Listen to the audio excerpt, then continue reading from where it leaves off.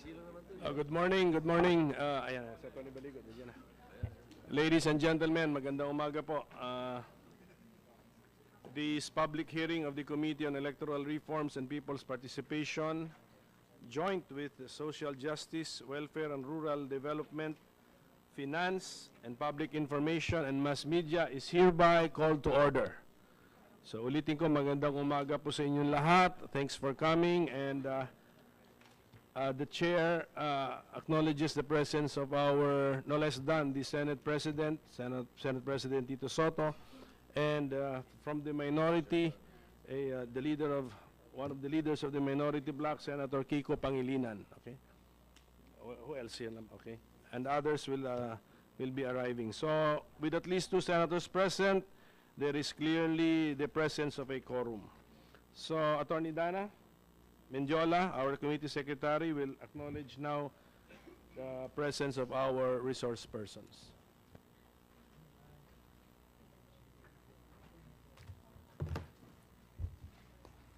Good morning.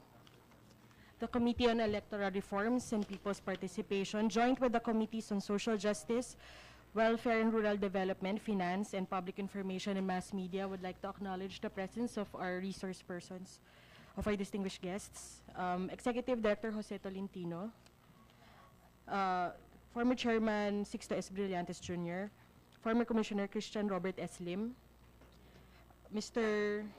Eli Moreno, Attorney Victor P. Lazatin, Mr. Eric Jude Alvia, Dr. Arwin Serrano, Mr. Orlando Gonzales, Mr. Hector Barrios, Ms. Maricor Acol, Attorney Emilio Marañon, Attorney Maria Luz Delfin, Mr. Barbie Atienza, Ms. Charmaine Bautista Pamintuan, Attorney Rudyard Arbolado, Dr. Sunny Coloma, Attorney Cesar J. Poblador, Attorney Glenn Chong.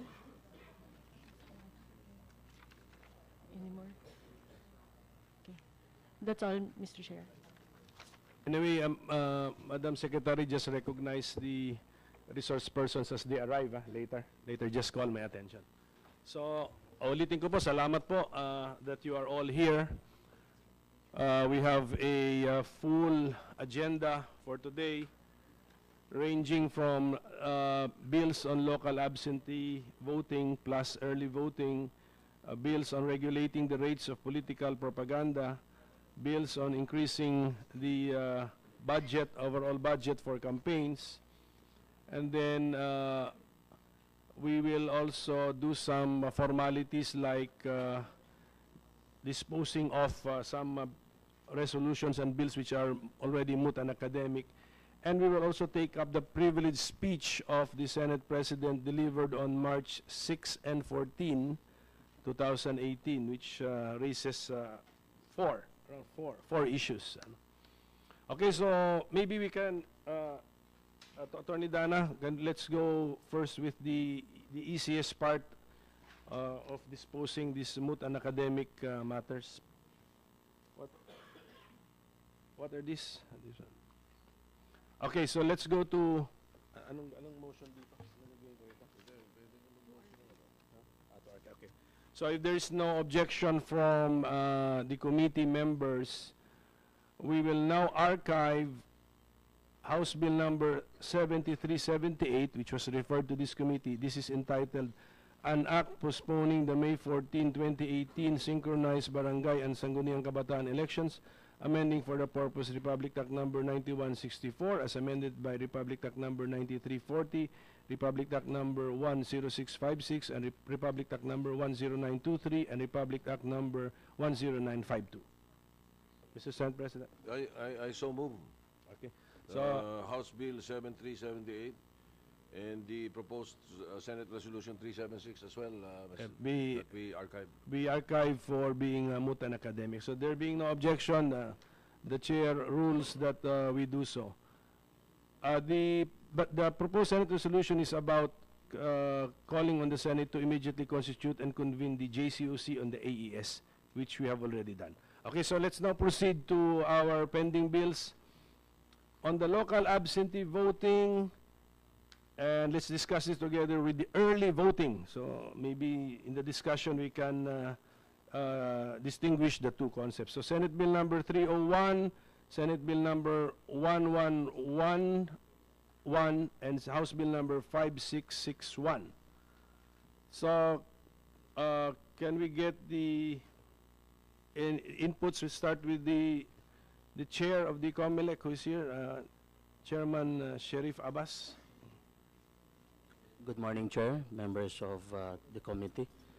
I would like to call, Mr. Chair, the Director of the ECAD for us to give our comment on the proposed bill.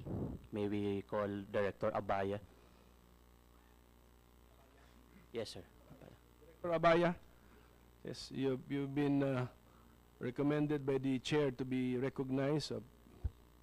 Please, here, next to Attorney to Mr. Oxales, here to the right.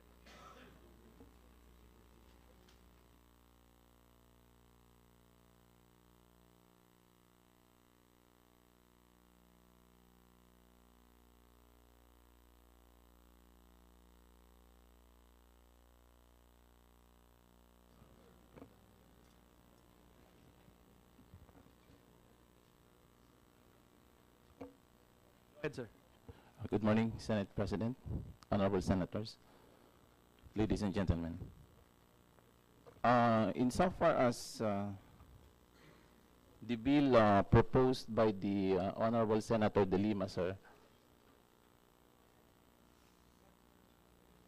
considering that the bill proposes for the local absentee voting for members of the AFP and the PNP, I would like to inform the honorable body that there is already a law providing for local absentee voting for the members of the AFP and the PNP. Particularly Section 12 of Republic Act 7166. Insofar as the members of the media are concerned, we also have a law already passed, which is Republic Act 10380.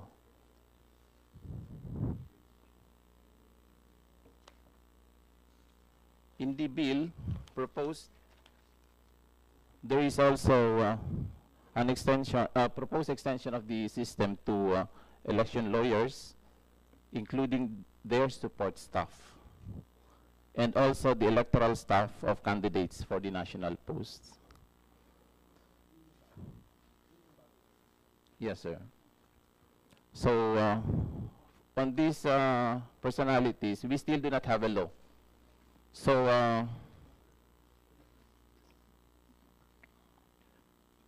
our comment, sir, is that maybe we could just ask for a definition of who are considered the electoral staff of the candidates, so that we can properly identify them when they will apply for the system once the law is passed. Another thing, sir, we noticed in the proposed bill that only lawyers for candidates for national positions are allowed. How about the lawyers for candidates for local positions? Yes, sir. And also for lawyers for political parties. They may also want to avail, considering that all of these are similarly situated. We also have a question, sir, on how many lawyers or electoral staff should be allowed. Because under the proposed bill, it only states here that they should not be more than the total number of local government units. Our question, sir, is should we not provide for a limit per political number of applicants per political unit or subdivision, instead of a general number or limit? And also, sir, we would like to inquire from the committee, how about extending also the system, the privilege of availing of the local absentee voting to other sectors? Because in our committee, sir, we have received requests, particularly from the National Grid Corporation, where their personnel are assigned on election day to man the electric requirements. In the last election, sir, we did not allow them, considering that they are not government officials. So probably the committee can also look into that. Also, we have requests from security guards, from medical practitioners who are on duty during election day. So that will be our comments, sir, for this bill. Thank you, sir. Thank you, but this bill, I think, already provides the maximum number because we know the number of provinces, we know the number of cities and the municipalities. So, hindi lang niya na-specify yung actual number, but we can compute that, right? What is the name of your committee, Director? The Committee on Local Absentee Voting, sir. Committee on Local Absentee Voting. So, any other comments on the bills on local absentee and early... Director, can you make of record the distinction between local absentee voting and early voting? Because there is a bill on early voting. Magkaiba po yun, right? Yes, sir. Apa, sige. So, under the current system of local absentee, only the positions for national, only the candidates for national positions are elected. And those who apply are those who are assigned outside their places of registration. Whereas in early voting, those who apply, or those who want to avail of this system, can apply and vote in their areas of registration. And they can vote for local positions. So, in the local absentee voting, the counting of the ballots cast is done at the central office. Whereas, yes, by our committee, sir. Whereas, in the early voting system, the counting will be done in the respective precincts where the applicants or the voters voted. And we do not have yet an early voting system. As of now, Yes. sir, none yet. Yeah, and while we already have a local absentee voting system. Yes, sir. Thank you, sir. Any other inputs, observations from our guests? So I'm not expecting from the media, but from the about those involved, like NAMFREL, sir, Mr. Barrios, Mr. Barrios, please, please state your organization, sir.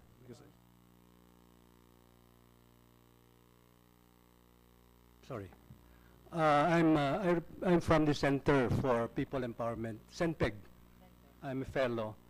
My only have a suggestion. I don't know the system or process provided for absentee voting, but I should like to suggest na ingatan po mabuti yung controls. Medyo maapektuhan po rito yung mga batch controls, which we do normally to ensure that the total votes cast is equal to the total votes issued. No? Yun lang po ang aking masuggest. Thank you. Tsaka, Director Abaya, no? Abaya. For example, there will be 80 candidates for senator. I-simplify na lang natin, 1,000 yung total number of possible electoral staff nila. So you will have 80,000 new voters in your local absentee voting. Do you foresee a problem with this? How many voters do you have currently in the last election? In the 2016 election, sir, there were about 24,000 Tama, 20,000 plus who na yan. applied. Yes, sir. Yes, di ba? 20,000. Now, magta-times 4 or times 5 ka. Can the committee handle it? Yes, sir. We do not find any problem with that. We can accommodate them.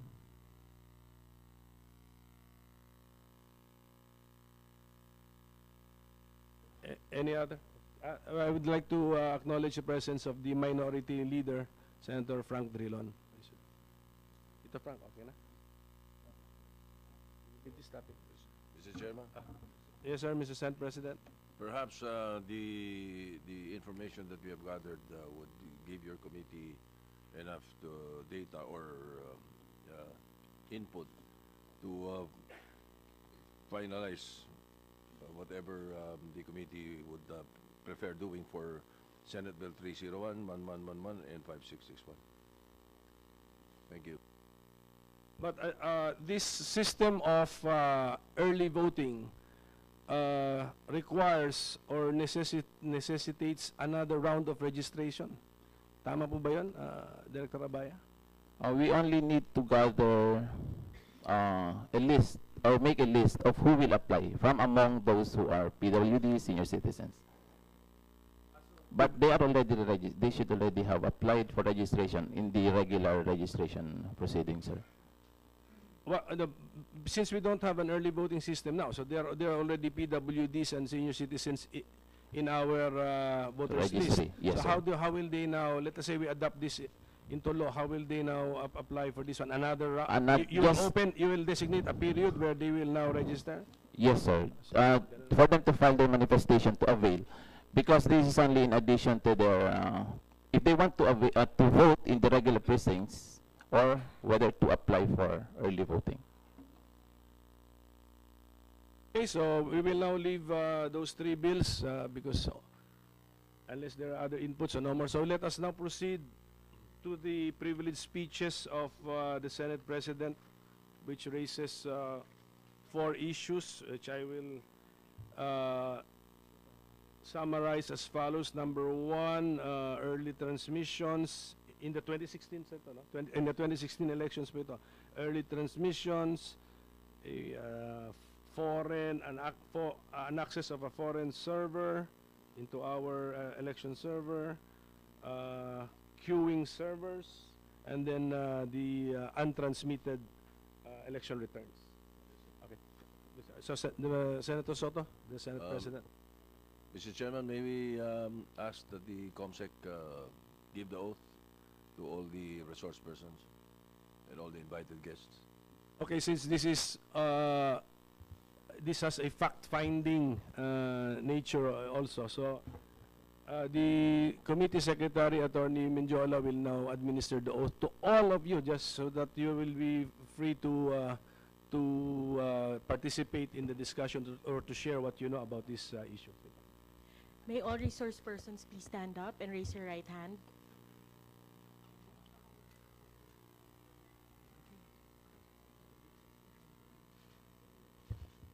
Do you swear to tell the truth, the whole truth, and nothing but the truth in this proceeding?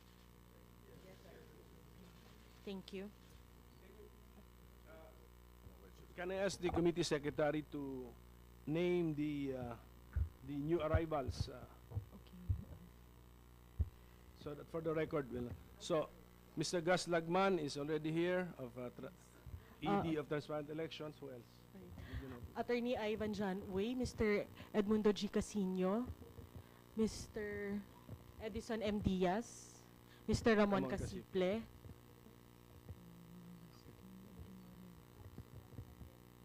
Police Okay. Senior Superintendent Miranda, Attorney okay na po. Attorney Demosthenes B. Donato, Mr. Okay na. Okay, so na-mention nabanggit Yes na yata. po. They all took their oath. Thank you. Okay, I will now, at this point, I will now recognize the Senate President to deliver the 2 privileged speeches. Thank you, thank you, Mr. Chairman. And thank you for calling this public hearing. It's many have awaited this chance to be enlightened on the 2 privileged speeches that I delivered. So, with your permission and with the permission of our colleagues, may I go direct to the questions because I'm sure they all had copies of the privileged speeches. No? So my My first question is directed to both the COMELEC and to smartmatik. Gentlemen, on March 2018, I should say, I requested COMELEC for the logs of its domains name server DNS named CNTA DNS. However, what was given by the COMELEC were statement of votes and not the computer logs. These were submitted to Senator Escudero. And recently I was informed that COMELEC on April 12, 2018, provided a snapshot of the logs to Senator Escudero as chairperson of the JCOC. Can you also provide us now a copy of these logs? These logs were the early transmissions that I mentioned in my privilege speech, which started on May 8th, one day before elections, and a number of them. So can you give us also, provide the Committee on Electoral Reforms a copy of these logs, COMELEC?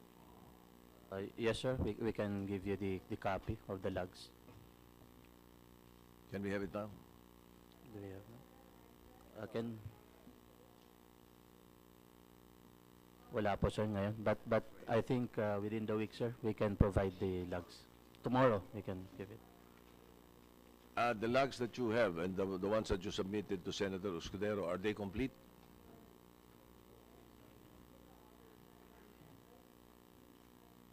Good morning, Your Honor. The request of the JCOC was for us to give even just a snapshot of the DNS logs, and that is what we did, Your Honor. But we can provide this committee with a complete log by tomorrow afternoon, sir. So, do I take it that you're saying that the ones that you have and that the ones that you submitted to the JCOC are complete? No, sir. It's just a snapshot, meaning we just printed several pages. We did not Starting from what date? I'm sorry, sir. I could not recall, sir.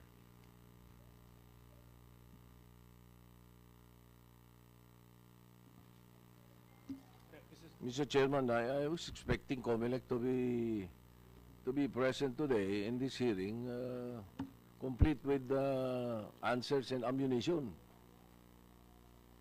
Hingi lang tayo hihingi. They'll give us in a few days. Paano naman mangyayari sa atin dito?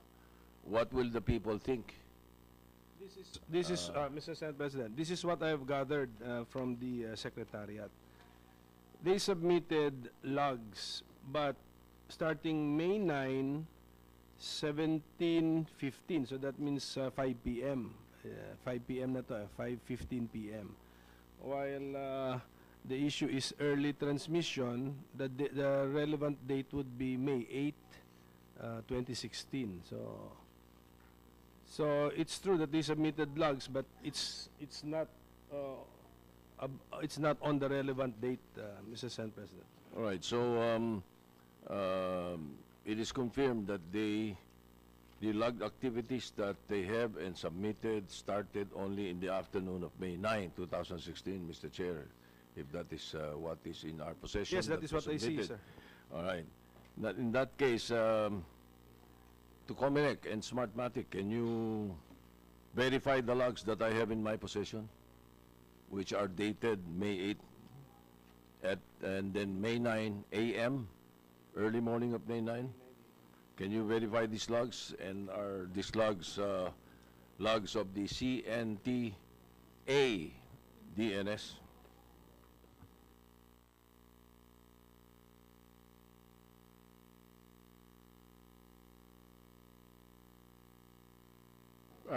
Your Honor, I saw the... Director Tolentino. Yes, sir. We have a copy. My a resource person that I invited have copies of these secure logs, Mr. Chair, and also the lawyer of my source is also here. So in case, do we have it? Yeah.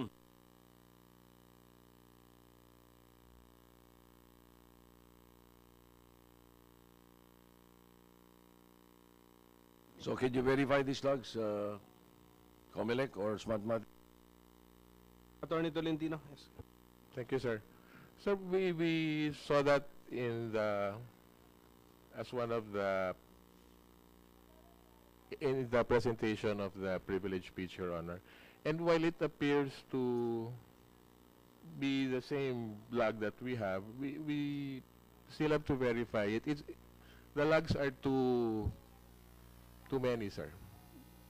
It's very voluminous, and we'll just have to verify each and every one.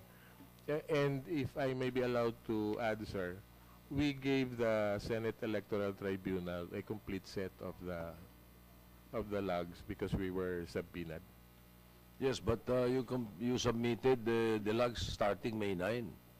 No, sir, for the SET.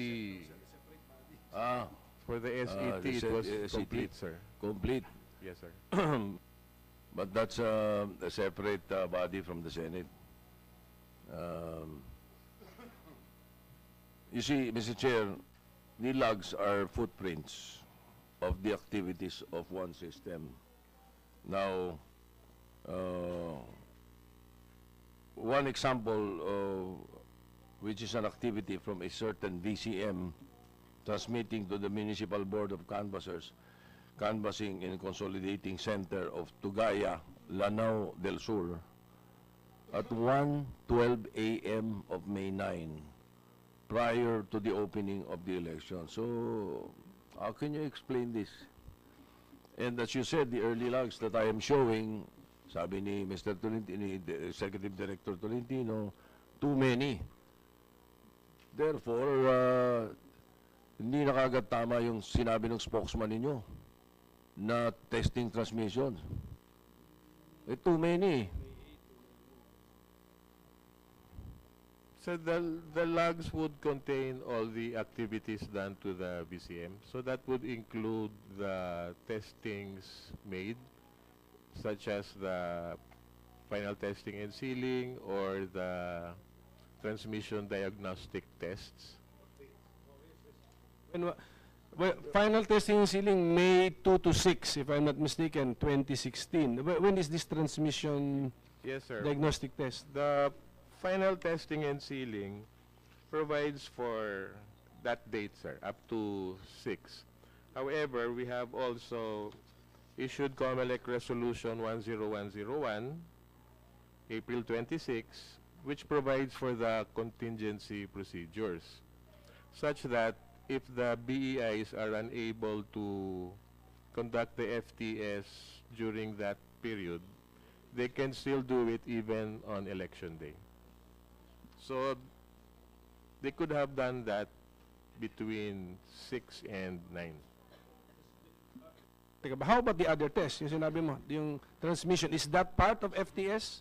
No, The sir. transmission, The ano, so separate. transmission diagnostic test is also under Resolution 10057, February 11, which is just to find out if transmission is okay, and that there is a connection between the telcos. Any And period, it only has a header. It does not contain any results. It only has the ID of the clustered precinct which attempted to transmit. when should that be done?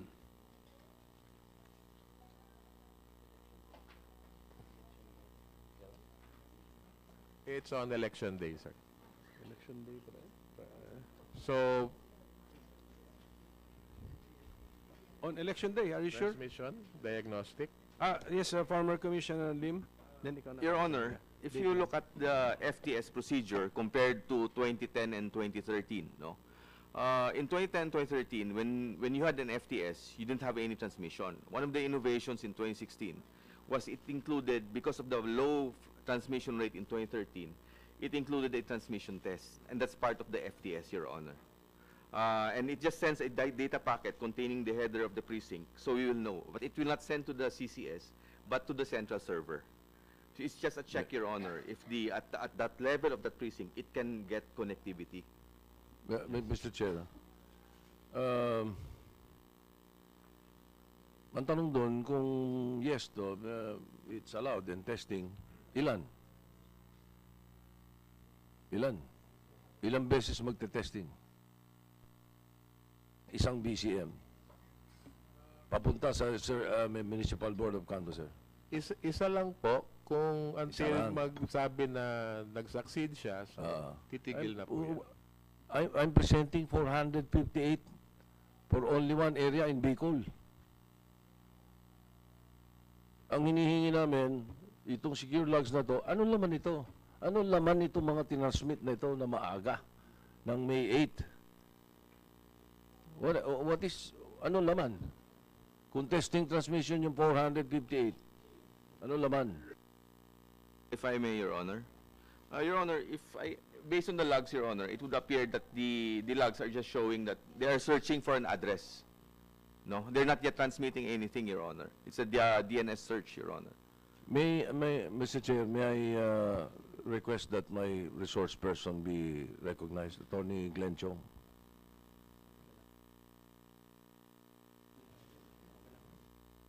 Attorney Chong, go ahead. Yes, sir. Good morning, and thank you, Mr. Senate President. These slides, sir, is actually a comparison between the excerpts from the DNS log file, as shown by the privileged speech of Senator Soto, as compared to excerpts of the log file that was also provided by the Commission on Elections to the Senate Electoral Tribunal, which was obtained by subpoena. So if you will go over that, they actually match. It's a perfect match. The Commission on Elections does not have to go through line by line. Just look at certain sections of that. That one, for example, the white one, next slide please, that's a perfect match. The comelec can go over there and see word for word, line for line, and see if it is not a match. The black one is yung galing kay Senator Soto, Senate President Soto. The white one is from the SET as submitted by the Commission on Elections. It's a match. So ibig pong sabihin, totoo po yung sinabi ni Senator Soto. Next slide please. That is also a match on another part of the same DNS logs shown by Senator Soto and excerpts from the comelec provided DNS log file. Next slide please. That one is from Senate President Soto. Next slide. That one is from the Commission on Elections. They can check it for themselves. Letter by letter, word for word, number by number, they match. Next slide please. That is also from Senator Soto. Next slide please. That is also from COMELEC, the first three and the last three. Now, kanina po, sinabi po ng COMELEC, ang palusot po nila, and I would like to ask your honors, if that is their final answer, that if these early transmissions are final testing and sealing, is that po the final answer of the COMELEC? Mr. Chair, the witness is not supposed to ask questions here. May I ask that question? Is that really?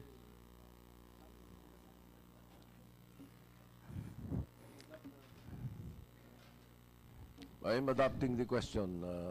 Thank you, sir. Is it really the final answer?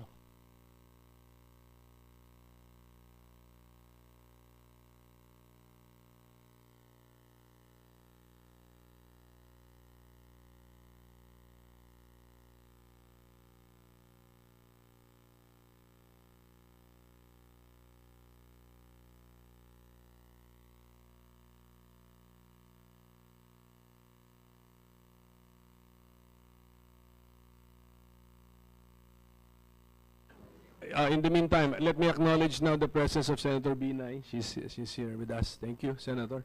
What's the answer? The person in charge of the transmission, sir, is Mr. Roderick Ilagan. May I ask him to respond to the question, sir? Sure, perhaps Mr. Ilagan can... Mr. Ilagan, please vacant seat. state also your designation in the and The Secretary will administer the oath to Mr. Ilagan.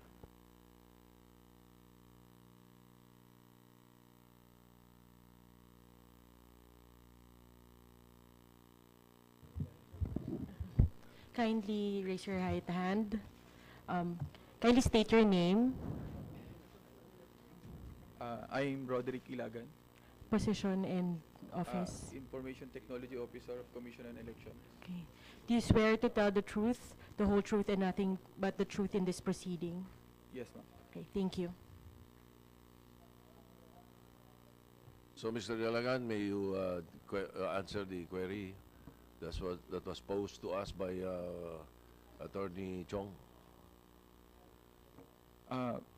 The query is that, sir, if I may, the query is that whether it is a early transmission or an FTS.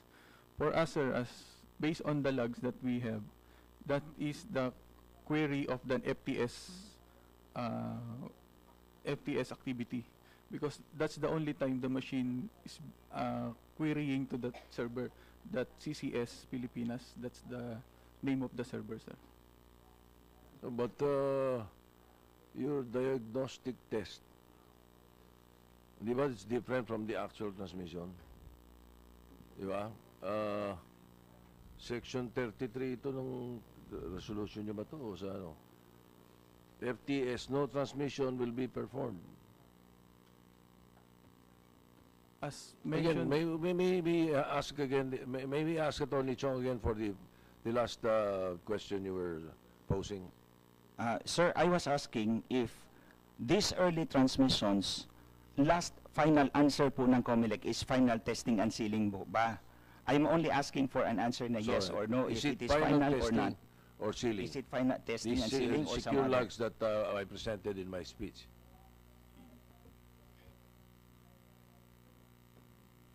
based on the log, sir, I cannot determine if this is a final testing of sealing because it just says a query. It does not say a transmission yet, but a query on the network. So, Attorney Chong. Sir, ang ibig ko pong sabihin is pinanindigan po ba ng COMELEC na yung early transmissions are final testing and sealing? Yun lang naman po eh. Kasi ito lang yung sagot nila. That's final testing and sealing to explain na merong early transmissions. So I'm asking the COMELEC if that is their final answer po because I'm going to answer them Well, also. obviously, that's the only answer that they could give because, Mr. Chairman. ano? Yes. Yes, Pangilinan. yes, just a clarification. Final testing is different from a query because the final testing, my understanding is, a final testing actually means that it has reached the main frame or main computer from the precinct. Tama ba yun? Yun yung final testing. Pero pagka query pa lang, hindi pa siya umaabot sa ano, nagtatanong pa lang siya. Tama ba yun? So these are two different things. The query that you're saying here, unless it reaches the headquarters, meaning nakakonect, yun merong final transmission. Pero pag query pa siya, wala pang transmission na nangyayari. Tama ba yun? Tama, sir. So sa tanong niyang, ito ba ay final testing? Ang sagot mo, kung ito ay umabot sa headquarters at na-transmit, yes, it's final testing. Pero kung ito ay query pa lamang at hindi pa umaabot sa headquarters, hindi pa nagtatransmit. Correct, sir. Thank you. Sir, Yes, Attorney Chong. the DNS works this way po. The PICOS or the VCM, hindi po niya alam kung kanino po ipapadala yung resulta. Hindi po niya alam kung kanino ipapadala yung resulta. So, pupunta ho siya kay DNS server, which is a domain name system server, which acts as a directory assistance. Nagtatanong po siya, sino po ba ito si transmission code 1730? Kasi hindi ho alam ni makina, ni VCM, kung kanino ipapadala yung 1730. So, si DNS, ang magsasabi sa kanya, doon mo yan ipapadala sa ganitong munisipyo. Munisipyo A sa probinsya B. So, that's the second step for the machine. What we are looking at is the DNS server log, the first part po. So, ang question po ngayon, bakit may nagtatanong na po sa May 8 pa lang? Ang sagot po ng COMELEC, final testing and sealing yan. Kaya po, Gusto ko pong malaman if it is a final answer nila, including smartmatik, because noticeably smartmatik is very silent. Kasama po sila dyan. Because ipinanindigan nila na final and testing and sealing po ito, then I will counter them with my next slide, sir. So, is it your final testing and sealing? These queries, these transmissions, queries as pointed out by Senator Pangilinan? Good morning, sir. I believe these are final testing and sealing or diagnostic transmission results. The only way to assure that is to look at the logs of the VCMs, because as it's been stated, these are logs of the DNS, and it does not show any type of result being transmitted, sir. Sir, Yes, Attorney Joe. that's exactly what I want to hear. Next slide, please. Yung FTS counter-argument.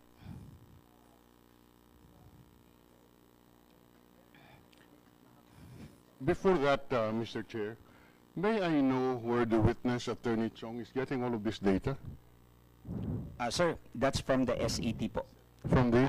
Senate Electoral Tribunal. because this it was was subpoenaed, sir. subpoenaed. Yes, These sir, are and- the records subpoenaed by the SET from the comelec Yes, and sir. submitted. So Yes, these sir. are records from the SET. Yes, sir. Public records na po yan, sir. Thank you. FTS counter-argument. Sir, malinaw po, let me restrict, sinabi po ni Smartmatic, we have to look at the audit logs to find out if it is a final testing and sealing or it is a diagnostic test. Hindi po, yan, are not FTS. No. Previous. Ito po, yan. Is that the first slide po? Sir, okay. The early transmissions are not FTS. This is what I want to show to the honorable senators. Next slide, please. That is, the black one is from Senator Soto. It says excerpts from the DNS logs of SP Soto III. Then you compare that one with the excerpts from the DNS log file of the COMELEC as provided to the Senate Electoral Tribunal. They're a match. Transmission code 1730 refers to the municipality of Ragay, Camarines Sur. Next slide, please. Ito po yun, ang transmission code 1730 sa kay Senator Soto. Then the next one, press po. 1730 also in the COMELEC log. Next slide, please. That is a list of all the audit logs. As Smartmatic is telling us, Your Honor, they all bear the code 1730, 1730. So iniisa-isa ko po yan. I spent several hours going over each of those audit logs. Next slide, please. It looks like that. That is the audit log, the record of all events, transactions, occurrences within the computer, within the VCM that is recorded in detail by the machine. So isa-isahin po natin, Your Honor. Please po. Makikita po natin that the system was shutting down on May 5. Then, it was restarted on May 9. There was no transaction on May 8. Next slide, please. I'm showing you 10 examples out of 62 precincts, but I have already examined them. Isa-isa po, wala pong May 8. There was no transaction whatsoever on May 8. It's all May 5. All testing and sealing occurred on May 5. And then the next time that the machine was switched on, it was already May 9. Wala pong May 9, wala pong May 8 yan. Therefore, that's why I was asking if there's just a final answer of the COMELEC and Smartmatic. And Smartmatic already said na dyan makikita sa audit log, and the audit log shows walang transmission. Walang buhay na makina in Ragay, Camarines Sur on May 8.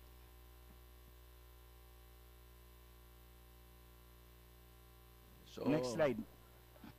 ano nangyari dito? Smartmatic and COMELEC, ano nangyari?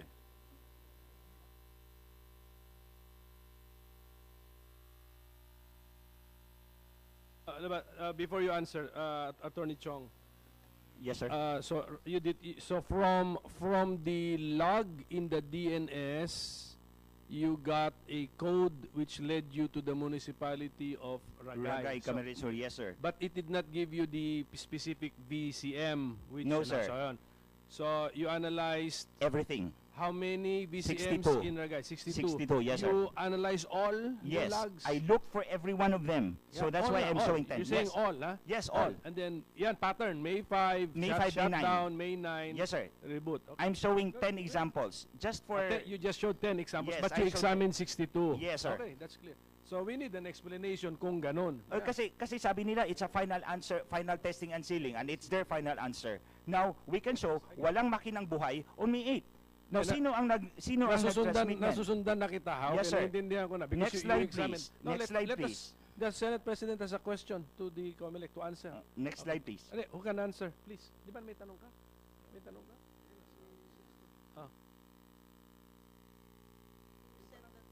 Yes. Sino yung nagpadala ng transmission ng May 8?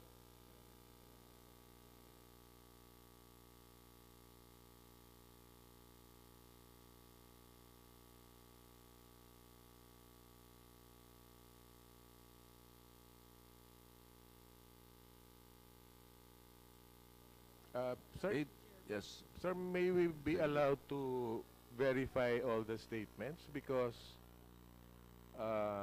Attorney Chong says there is no transmission on May 8, but the Senate President says there is.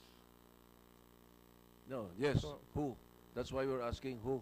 That's why, sir. So Oh. may we be allowed to verify first because I think the most important thing here, Your Honors, is to find out where the transmissions or did the transmission send any result to the CCS?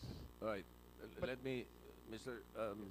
Mr. Executive Director, let me cut you there. No, I need to place into the records also some information that I gathered, and you can verify later on. And it seems that you will have to do a lot of investigation here. There are allegations that there were fake or cloned machines that was used in 2016. And these were the ones that were transmitting. Oh, merong ganong claim. You know, I'm not saying that that comes from me. Kaya siguro baka may sasagot kayo. Kung saan nanggaling yung mga transmissions ng May 8.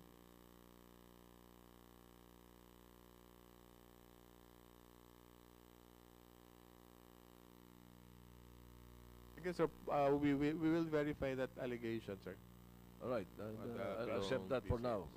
Now, yes, another point mo, before I move on to another point, Attorney Chong, yes. Yes, Your Honor, I would just like to place this in the right perspective. Sinabi po ni Executive Director Tolentino, the issue is kung may pumasok po na resulta. That's wrong.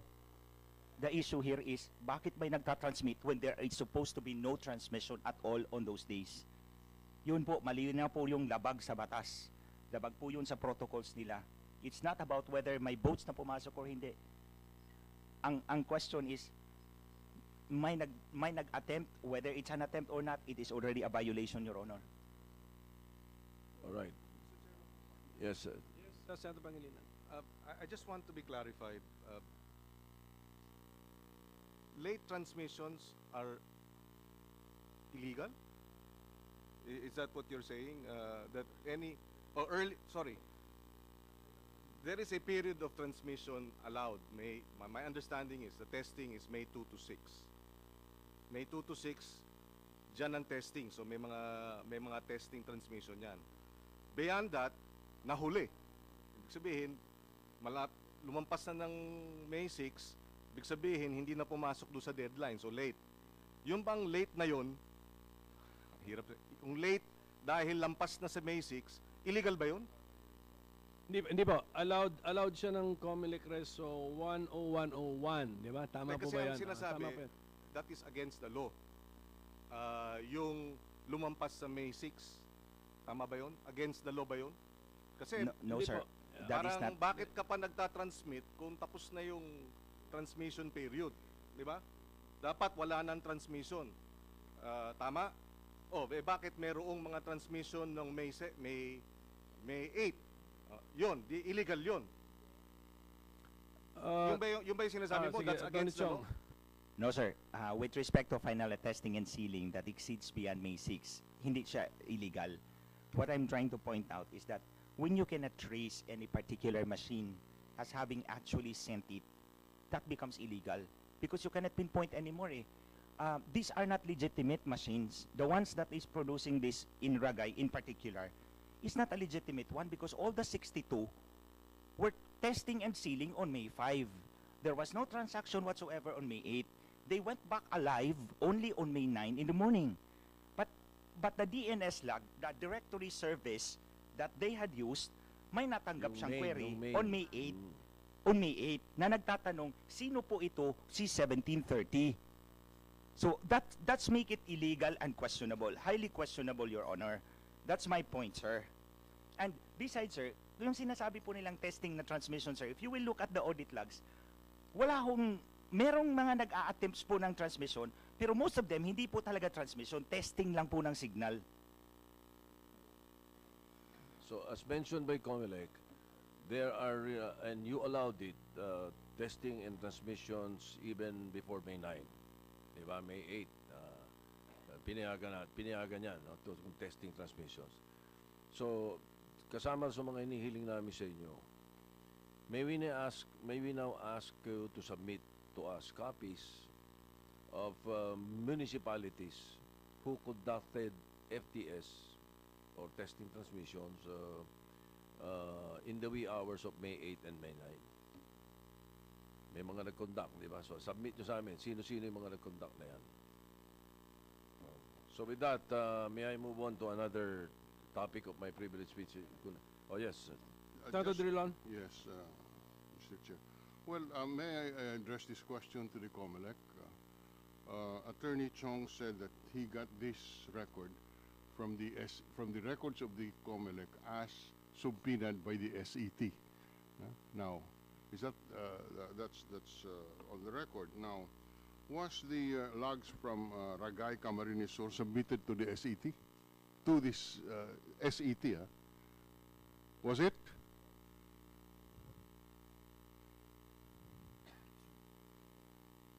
Yes, sir. Complete, sir. No. What it was submitted to the Senate Electoral Tribunal or to the Presidential Electoral Tribunal? To the set, Your Honor. To the SET. Yes, sir. We were issued a subpoena. Why to the SET? Was that part of the protest of Tolentino to regarding? Yes, sir. Tolentino and De Lima, sir. Okay. Your Honor, if I may. Attorney Lim. I think when Attorney Chong was pointing out the logs, he just said that one half of that part came from the SET. Now, I don't know where the other half came from. He said to compare the two and it will match. So maybe if you can ask Attorney Chong where the other half came from. Okay, can you respond to that, Attorney Chong? Sir, he may have not understood me or he was not listening to me. Okay, I was referring please, to... Mr. Yes, sir. Chong, I'm sorry. stop the insults, Yes, all right? sir. Only senators are allowed to insult here. What I'm referring to... Thank you, sir. Thank not you. a witness, okay? What I'm trying to point out is that the DNS, that's only one half. That's what I'm showing here, sir. The other half would be, you may look at the audit logs, which will complete the entire picture. That's what I meant, sir. Hindi ho yung literally hinati ko yung log test, pinakita ko yung half at hindi naman yung the other half. No. What I'm referring to is the different Well, systems. I guess questions are raised here because you are known to be the counsel of Bongbong Marcos, sir. and therefore your No, views sir. here might be. For the record, sir, I don't. Are you I'm not the counsel of No, sir. Bongbong Marcos? But you No, have sir. represented Bongbong Marcos in the proceedings before the PET. No, sir. Oh, No, come sir. on. No, You- sir. Honestly. I have here a letter of Attorney Garcia, counsel for Mr. Marcos, who mentions you as one of the representatives, alternate representative. This is a letter Sir. addressed to the COMELEC on March 17, 2017. Sir, they can review the logs there of the CCTV if they have found my soul there. Wala po ako doon, sir. What? My name was just there, but I never No, went here. there. I'm looking at Yes, sir. I'm not denying that. It may be there, but I never went to the SET, not No, PET. but PET. yes, I did Not for say any that instance. that you went to the SET. I'm just saying that you are nominated as a representative Bongbong I may have been Marcos nominated, request. but I didn't accept the nomination, sir. Okay. Thank you. Thank you. At any rate, ganito, no? The claim of Attorney Chong is that the data in his PowerPoint came from submissions to the set by the COMELEC of the logs of the DNS. You will have time to double check his statement. If he is found to be not accurate or misleading, as we will sanction him. Kaya may time po kayo. Kaya alam ni Attorney Chong yun. So malakas ang loob niya. So you will have time when you go back to the office to double check. Kayang-kaya nyo double check yun. Ang dali. May 8, may oras pa. 5 p.m. yata yun or something like that. Okay? Then you tell us kung mali o hindi. Mr. Chair? Yes, Mr. Senate President. Okay, just to complete the picture, because it might be misinterpreted by others. Attorney Chong is just an invited resource person here. He was not my source. My source is being represented by Attorney Baligod. And if necessary, I will present him if necessary. But just to make, baka akala kasi ng mga nakinig ng privilege speech ko at saka nitong mga nangyayaring yon, si Attorney Chong yung source ko nito mga ito. Hindi. Ang source ko, saksakan ng lalim, hindi nyo kayang baliktarin. Sigurado ko, kaya alam ko yung sabit nyo. Attorney Baligod, yes. Thank you, Honorable Senate President. I am representing two potential material witnesses who can prove the allegations made by Senate President Soto in his twin speeches. Basically, the three material allegations that they can prove are the following. First, that there was a queue server used which was unauthorized and which was malicious. It was unauthorized because it was not included in the transmission diagram presented or submitted by Smartmatik to Comelec and which the Comelec approved. Second, this queue server, the source code of the queue server was not subjected to review. And third, this queue server was responsible in unbundling transmission packages. Number 4, it was used as a gateway in the transmission of results. And lastly, it was heavily used only on May 10 to 11, 2016. So let me give a brief explanation, Your Honor, on why it is important to look into this deeper. Go ahead. Senator Pangilinan. Just a parliamentary inquiry. Should not the witnesses of the lawyer, rather than the lawyer, be speaking here? We have a rule that only resource persons can speak and that they be assisted by counsel. Right now, we have counsel speaking and without the witnesses. How do we go about this, Mr. Chair? Mr. Chair. SP. Mr. Chair, Attorney Baligod is here to explain, he is explaining why he is here.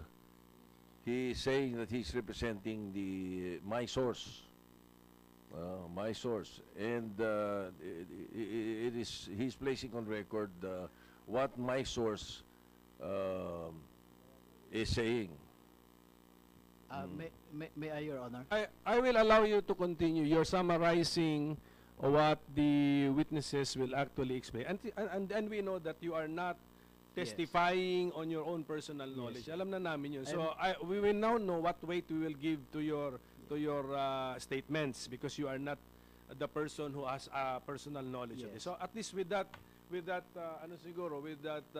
caveat, I will allow you. Okay, please go ahead. And just one more thing, the reason that I wanted him recognized is because there are people who are thinking that Attorney Chong is my source. He's not. I have nothing to do with him. I am, may I, Your Honor? Your Honors, I am just giving the committee a glimpse on what these witnesses can share to the committee in furtherance of its investigation. Attorney Baligo, just be direct to the point kasi you're just summarizing what you understood from what they have told you. Sige po. Yes, Your Honor. Thank you.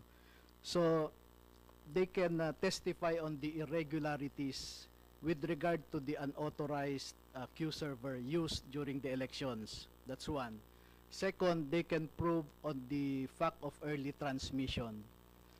Kanina po, pinag-aawayan ni Senator Pangilinan sa si Attorney Glenn Chong yung logs. Ang punto po dito ay Clarification lang, hindi ho kami nag-aaway. Pinag-uusapan. Sige po. Ang sinasabi po ng witnesses, merong doon sa log ng central server, may naka-reflect na transmission ng isang VCM na isa doon ay na-recognize from Ragay. Pero pag titingnan nyo yung log ng VCM sa Ragay, wala pong transmission. So sino po ang nagke-query doon sa central server kung hindi yung VCM na yon? Kaya po lumalabas yung sinasabing there were clone machines used. Pangatlo po yung foreign access to our system. Mai-prove po nila that there is a foreign-based computer machine that is able to access our system. And this foreign-based machine has the access privilege of a root. Ibig po sabihin yata sa lengguwahe ng mga IT experts, pag root ang access privilege mo, kaya mong gawin ang kahit ano doon sa system. No? And kaya po hindi nakarating yung mga witnesses ngayon ay they are bound to a contractual obligation prohibiting them to disclose any information. But I believe that if they are subjected to the compulsory processes of the Senate, they will be able to share the information that they know. And they are credible and knowledgeable, Your Honors, because they were part of the group that developed the software and the operation of the software itself. Thank you, Your Honors. All right. So, Mr. Chair, with that, may I move on to the next topic because it was already mentioned by Attorney Baligot in my privilege speech. That is and it is relative to the early transmissions. The comelec server was also being accessed, as we presented, every minute, prior, during, and after the elections by a username E360 Sync.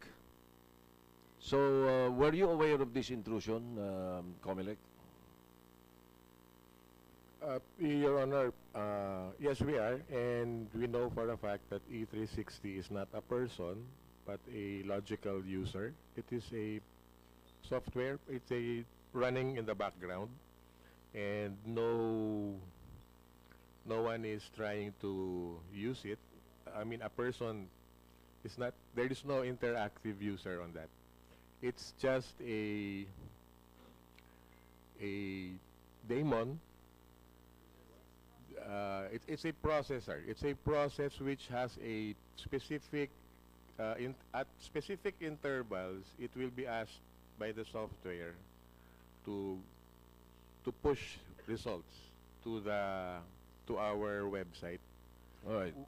What we use, but Director Jimenez said in an interview in Balitanghali, quote, ginawa natin yan noong 2013. Ginawa yan noong 2010. Yan, dumadaan yan sa foreign servers kasi ang website natin, I think, they are both in Amazon. Period. Yan, sabi niya. So, did that happen? Yes. At alam natin yan. At hindi ibig sabihin, mali yan. End of quote. Now, so you're aware of that, and it's confirmed by Director Jimenez. Is there an en banc resolution of COMELEC allowing foreign access? The terms of reference for the AES, Your Honor, includes the provision of a secure platform. And one of the most secure platform available would be the Amazon Web Service, which in fact even the DICT and the Bureau of Customs subscribe to them. So you allow this, and you have an en banc resolution allowing it. The terms of reference, Your Honor, was approved by the Commission en banc. There was no specific statement that it should be in Amazon, but what was required was to provide a secured platform where we can push the results to our public website. So my question then is, the COMELEC website servers are here in the country. They were here, somewhere in the BGC, Taguig. And you had a backup center contracted from Globe. How come COMELEC is saying that election website is being hosted by an outside country, outside of the country? Your Honor, our director for the Information Technology Department, Jeannie Florita, would respond to that, sir, if we may be allowed to. Thank you, sir. Yes. Have you taken your oath? Not yet. Madam Secretary, please. Siguro lahat na lang ng COMELEC dyan. Pati na si Director Jimenez, tayo na rin po. Kung sino pa potential source of information. All directors of the COMELEC have not taken their oath. Please rise and take your oath.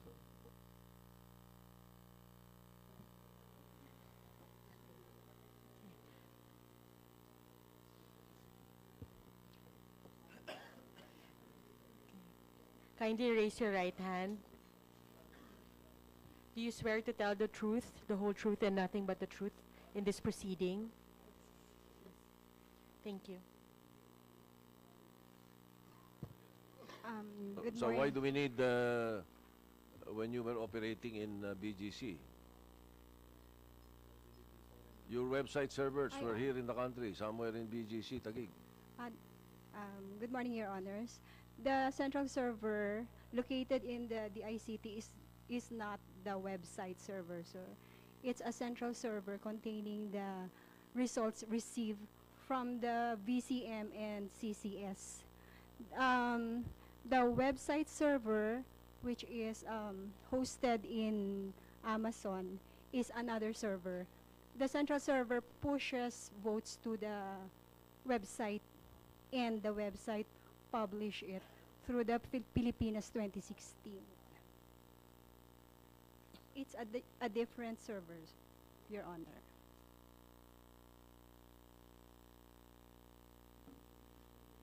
Why was it accessing?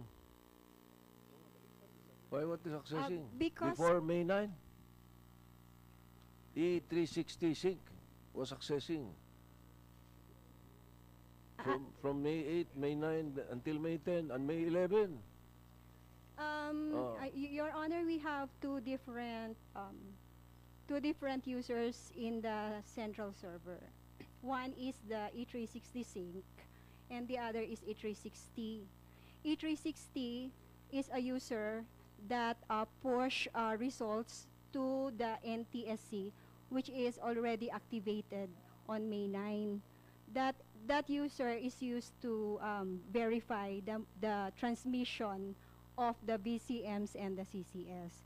And the 360 sync is the one used to push the results to the website.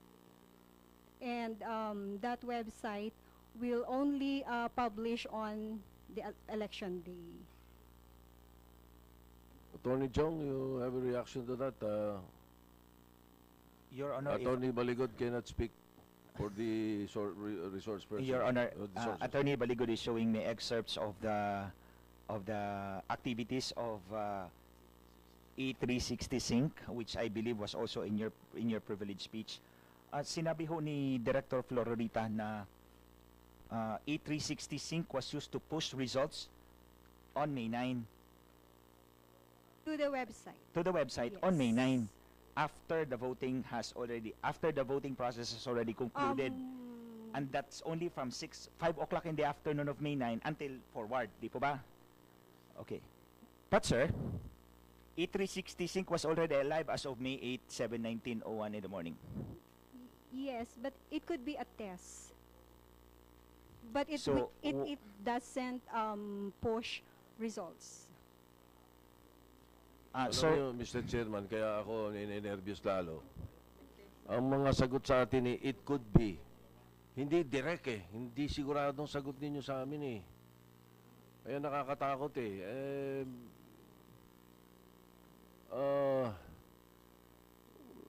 Smartmatik. Mr. Moreno, please.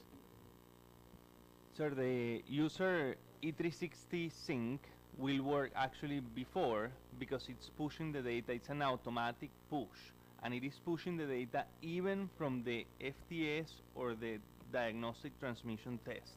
That is why it's configured from before. And from before, it is pushing the data. So let me just try to elaborate a bit more. When if you it's say not data, clear. that does not necessarily mean votes. No, it's definitely not votes, sir. It's actually the results of the transmission. What is it? What are they pushing? If It it's not is- votes. Sure, it is the results of the transmission so that the National Support Center and the website will know what is the result of the transmission, but it's not the actual vote, sir. In other words, you want to know if you can, before you transmit the votes, you want to know if you can actually connect with BGC. Tama ba yun? And therefore you do a test. So Yes. when you do a test, there are no votes being transmitted. That's correct, sir. And as part of the monitoring of the National Support Center, they are monitoring also that diagnostic test. So that's why during the whole period of the final testing and sealing and after, they receive that push or that information in the National Support Center. There is no, by the way, just for the record, sir, there is no access of a foreign entity or a foreign server. It's a user that is inside of the data center sending that information to the Amazon website. Mr. Chair, Attorney Zong. Attorney Chong. Sir, Mr. Moreno said that final testing and sealing and diagnostic tests, the data is pushed to the server. Meron hong 10 boto doon sa final testing and sealing. They actually insert 10 ballots. When they transmit, there's actually a result for those 10 ballots, 10 tests ballot. So does it mean that with this E360 sync pushing results to the website, you're also polluting the website with results from the FTS? Well, these kind of questions that we are getting also from our resource persons, Mr. Chair, would be very helpful for us, no? When we discuss again the probability of having a different type of elections in 2019, next year, and perhaps, and definitely in 2022. This can never happen again. Sabihin na natin, magulo eh. Nalilito kami. Hindi masyadong maraming butas eh. Masyadong maraming hindi masagot eh. Maraming perhaps, maraming maybe, maraming could be. Tony Chong, yes. Sir, one of the other thing that I saw in the web, in the privilege speech po ninyo, sir, is yung the E360 sync run a script, a shell script, 1 day before the elections, which activity is actually characterized as malicious and considered a critical intrusion to a computer system, such that if you have a firewall, it would have alerted you. So that what I'm saying is that this access, this running a shell script, is actually a critical intrusion to the system that was run or operated by E360 sync. I'm just stating this for the record, Your Honors. Again, can you explain that? Mr. Moreno will explain. Sorry, I would like to request to repeat the question. Attorney Chong, ask the specific question about the script, E360 sync script. According to this slide presentation, Your Honor, E360 Sync ran a shell script 1 day before the elections, that would be May 8. Hindi ko lang po makita yung date and time. The root, user root is, yung parang, the date is May 8, 7:22 in the morning, using the BDNS, and then with root powers. I need to say godlike powers. You can change anything because it's in God mode. Kung laro lang po ito, sir, God mode yung cheating mode mo dun. If Mr. Moreno can react to the statement. Yeah. Well, I think that the statement is partially Tagalog, so my understanding is that E360 was cheating, and the answer is no, definitely not. E360 is just pushing the information, and the information that is being pushed is for monitoring purposes of the National Support Center and for the results website that is hosted in the Amazon website. Regarding the script or the shell script with the root powers, I'm not sure what it is. If you can submit that information, we'll take a look and explain the committee why is it that it was running that specific script, sir. Was another point being raised about 10 votes being transmitted. Would you care to clarify that? If I may, the standard procedure for any FTS is that you have 10 votes, no, for national and local. But in the case of the transmission test as part of the FTS, it did not transmit the 10 votes, no. It just transmitted a data packet containing the header of the precinct, so that the central server will know that this precinct has undergone an FTS and has connectivity. No, so hindi po kasama yung 10 votes sa transmit po. Doon sa BEI ang nagche-check lang ng result ng 10 votes kung Yes, accurate. opo. Bale, hindi lang electronic, Your Honor, binamanually tally din nila po. Okay, so Attorney Cho will allow the other resource persons to give us their inputs. Ladies first muna, si Ms. Acol of the AES Watch. Actually, all of these problems would not have been incurred if we just followed the law. When we were drafting the 9369, we placed safeguards in the law that should have been followed. So there have been many technical violations of the law that was committed as early as 2010, 2013, and 2016. I can list them all if you want to, but that will take too long because in writing? Yes, yes.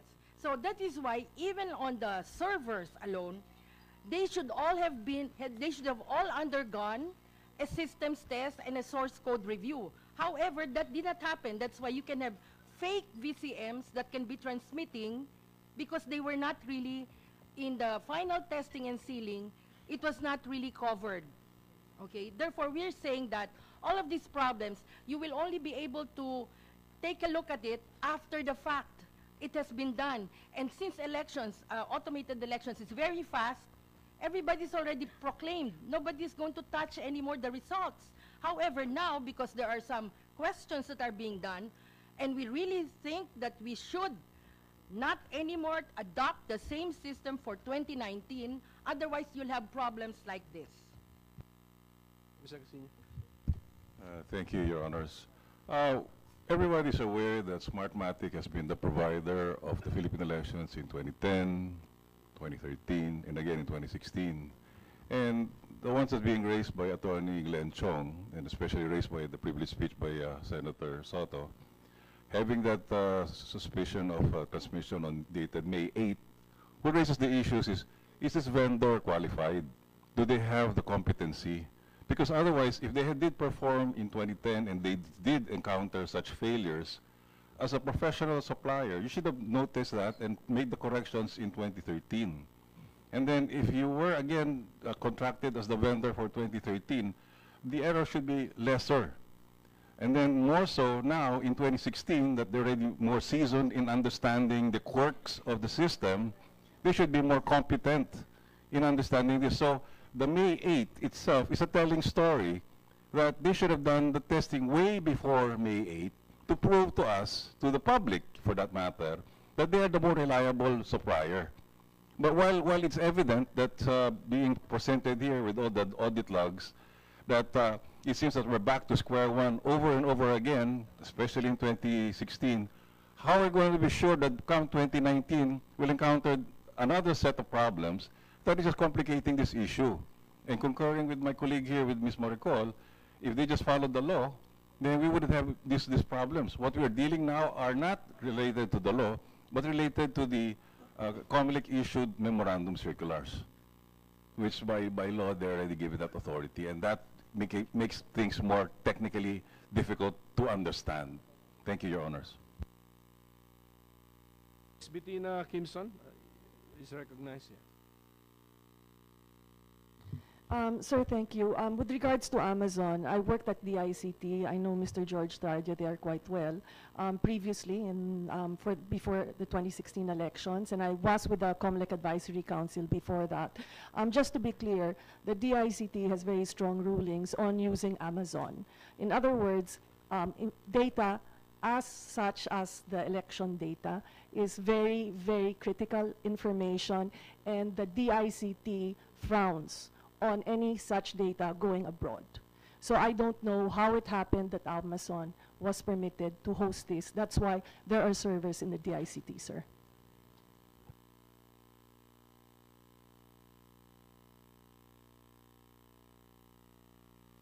Can we get the inputs or reaction of Mr. George Tardo, OIC Director of Cybersecurity Bureau of the ICT? Thank you, Mr. Chair, Senate President Soto. In fact, Ms. Bettina Kempson is very right. The DICT is very much strict on we have very strict procedures, parameters on, for example, selecting Amazon or any provider, especially for this security services. Now, we have this service. We are hosting a lot of government agencies, and a lot of security parameters are being in place, are in place, such that it will not happen. Now, as I understand, the COMELEC has their own system. So, yes, they are with the DICT server, but we don't have any as far as I know, any control whether they have they use the Amazon in their system at this or that. Okay, I think the committee has its hands full on these two major issues already, and we will await the submissions that we have asked. No, but unless there is any other point on this matter, I would like to move on to the last issue. Mr. Chair. Tito Lentino. And Sir, Mr. Attorney. Yes, sir. Yung clarification lang, sir, on the instructions given by the Senate President for COMELEC to submit the list of municipalities that conducted FTS beyond May 6. We can do that, Your Honor, through the BCM logs. However, there is a precautionary protection order over those logs issued by the PET. So we'll have to secure authority first for us to look at it, and because of that, I also don't know where Attorney Chong got the logs that he showed here on the screen. That's why I mentioned earlier that we have to verify the presentations made.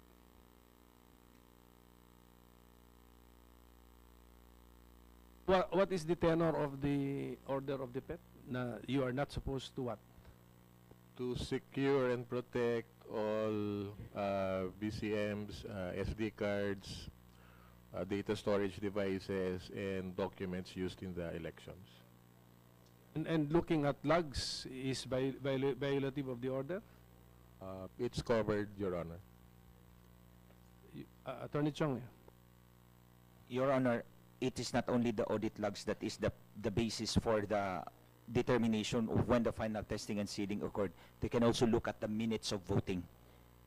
Meron ho silang kopya niyan, Your Honor. They can actually look nandun ho when was the final testing and sealing conducted. Your COMELEC reso does not instruct the BEI to inform COMELEC that we conducted FTS beyond the normal period of May 2 to 6? Wala kayong order na ganun? Basta you just gave them authority na you can do FTS beyond May 6, ganun lang. They state that fact in the minutes of voting, but I don't know if the BEIs did it, Your Honor. But minutes of voting, kung May 9 ginawa. No, sir, pwede namang meron siyang parang activities prior, pwedeng ilagay doon. Now, yung audit logs, sir, they are contained in the SD cards. So, it's the SD card which is under PPO.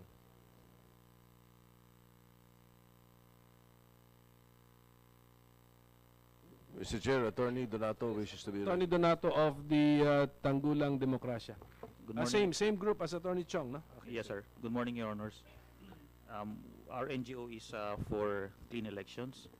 I believe I was invited here because in 2010, we already encountered incidents of transmissions, questionable transmissions. You have an audit log saying that the machine closed, but 3 hours later, the municipal log says it received. So it's that's 2010. Now it's 2016. We continue to receive the same problems. So for us, I'm non-IT. Many people here are non-IT. There's only one thing in my mind, in our minds, where the votes changed.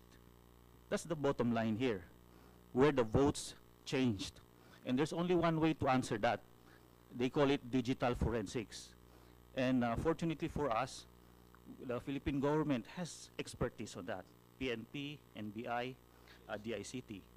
So if that's what we would like to bring up, Your Honor, if the body can consider that. For example, we have filed a criminal case pending since 2011. It was still with CIDG, now with ACG. It's still pending, lack of access. If the body can subpoena what needs to be subpoenaed, maybe that can be done, Your Honors. That's all, Your Honors. Thank you. Mr. Barrios, please. Sir, I would like to comment in support of the suggestion na pag-aralan natin ang new system. The smartmatik system is a defective system. It is not a viable system. All systems must have users or masters, no? This is a system without a master. It's an autonomous system. The voter is not a master of the system. Taga-input lang siya ng ballot. He does not control the system. No one controls the system. I would suggest, sir, na take a look at other systems, but do it properly. Define first the user of the system. Parang the system will be designed for the user. Thank you, sir. Thank you for that input. Yes, Senate President. Yeah, thank you. Well, Mr. Chair, I think your committee can study the moves done by other countries now. Merong ang bumalik sa manual eh. Germany went back to manual. Perhaps what we can do is look at the possibility of hybrid. Manual ang botohan, transmission ang mabilis. Then it'll be safer. Ang dayahan sa manual sa baba, barya-barya. Barya-barya ang dayahan, barangay-barangay, mga presinto lang. Itong computerized, wholesale. Before election pa lang, may boto na. Samantalang yung manual, wala, hindi pwede. Di ba? Kukunti lang yun. Anyway, may I move on to another...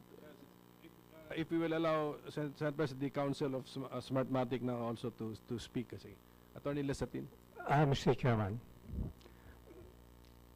since the automated election system has been adopted in 2010, there have been several protests, both at the House of the HRET, RTC that were appealed to the COMELEC, and all of them were appealed to the Supreme Court. Your Honors, up to now, I have yet to read a decision of the Supreme Court or of the COMELEC or RTC or the HREP that said that the automated election system provided by Smartmatik did not count correctly. The random manual audit conducted by the PPCRB again confirms that it is accurate. Your Honor, all of this, if there were defects or there were cheating at this point in time, there would have been some evidence. All of our being raised are doubts, but never a concrete evidence. Your Honors, the ERs, the machines printed almost 2,700,000, Your Honor, because 30 copies of the ERs per precinct. And there are more than 2,700,000.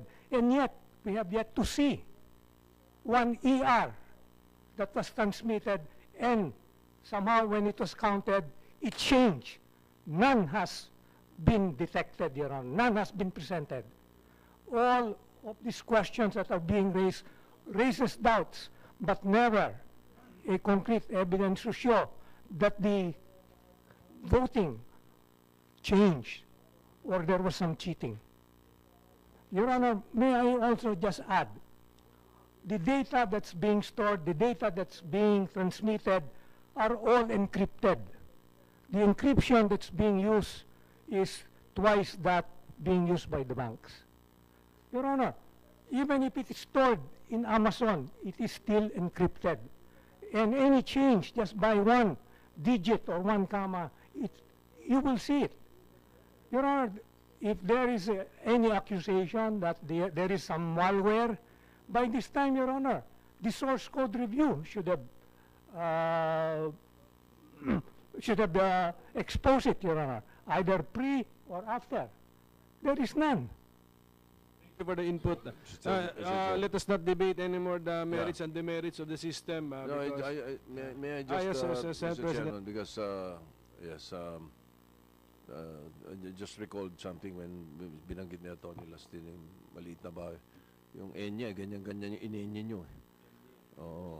Anyway, there was a big howl from the people there when Atty. Lasatin was speaking. May I know why? Attorney Chong? Your Honor, people versus, Pilais versus Radasa. This is a protest pending before the COMELEC before in 2013, in which the digital lines na lahat ho ng boto doon from senators down to councilors nagkawindang-windang po. And I have been proving this before the previous JCOC hearings. Kitang-kita po yan ni Senator, the chairman of this committee, Your Honor, kitang-kita po yan by the thousands po. 2,000, 3,000, because mali po ang nilabas na election returns, mali po ang manual na bilang. Pilais versus Radasa, COMELEC 2nd Division. Now, aside from that, sir, if you will give me the time, I will also show proof that the decrypted ballot images are not faithful reproductions of the paper ballot. To prove na hindi ho tama yung sinasabi ni Atty. Lasatin, na meron talagang pagkakamali. Example, yung balota po from Lanao del Sur, Lanao del Norte. May pirma po ang BEI sa original na paper ballot. Pagdating po sa decrypted ballot image, malinis po, walang pirma ang BEI. I can show it, Your Honor, if you will grant me. Slide, please. No, just show us that one point. It's not. This is not favoring any candidate. Yes, sir. Besides, that's in Lanao, sir. That would be tampered, decrypted ballot images 2016. This proves what Atty. Lasatin is saying. Yes, sir. Accurate na accurate sila. Yes, sir. We will disprove that, sir. Show that. Well, actually, Mr. Senate President, Atty. Chong, I think even the random manual audit did not say 100%. Ang gusto lang siguro sabihin ni Atty. Lasatin, within a tolerable limit. Ganun yun. Nobody claims 100% din yung random manual audit. Sir, if we will look at the random manual audit, sir, in 2010, the extrapolated errors po is 4.5 million votes. In 2013, bumaba po to around 300,000 votes. In 2016, it's 1.6 million. wrongly counted votes as extrapolated based on the results of the RMA. That is not acceptable, Your Honor. I will submit. Go ahead, Attorney Chong. Pakita mo na, para madali. Yes, sir. That is 2013, pero later na lang ho, kasi kung may sagot ang smartmatik, yun ang gagamitin ko. Yung 2016 po. 2016? May trap pa po ako. Tingnan po natin sagot nila. Sir, yeah, gusto ko lang po wala pa sagutin na haba eh. 2016, yes sir, that's it. Alam na namin may sabit. Pakita Yes, mo sir. yung weakness. Go. Okay, press please. The one on the upper left is a photocopy of the paper ballot, the physical paper ballot, Your Honor. I don't know if you can see it, sir, but if you can actually look at the original, meron ho siyang oval. Napipick up po ng photocopier, the lowly, humble photocopier, napipick up po yung oval sa tabi po ng pangalan ng kandidato. The lower right, Your Honor, is the printed decrypted ballot image. Next slide, please. Ito po yung difference at similarities po nila. Yung similarities, yung sa top, is the same ballot precinct number at the bottom. So pareho po yan. The original, as photocopied in the SAT again, and ito pong sa baba, decrypted ballot image. Now look at the difference. Ang original may pirma, ang ballot image wala po, malinis po. Now the other one is, yung boto po dun sa taas, wala pong square, pero sa baba may square na po. There's an extraneous mark, the introduction of the extraneous mark. So on that basis, Your Honor, how can we look at this indubitable paper trail as required in Section 6, RA 9369 as amending RA 8436, kung ganyan po ang ating audit trail, Your Honor? Next slide, please. Ito po, mas malaking bagay po ito, Your Honor. Ito po yung listahan ng mga ballot images, Your Honor. They are supposed to be sequential listing. Sequential po lahat yan. Now, take a look at this example, Your Honor. Next slide, please. Tumalon po from 177 to 222. 127 pala, sorry. 127. From sequence number 127, tumalon po siya to 2222. So nawala po yung 95 ballot images dyan, Your Honor. Nawala po yung 95 ballot images. In addition to that, sa baba, nawala din yung 60 pa. Hindi ko na lang po naipakita. May 1 to 40, wala pong ballot image 1 to 40. Wala pong 55 to 67. Wala pong 78 to 83. All in all, next slide, 155 po ang nawala dyan, Your Honor. That one. Sequence number 127, immediately preceding ballot image. Sequence 222, immediately succeeding ballot image.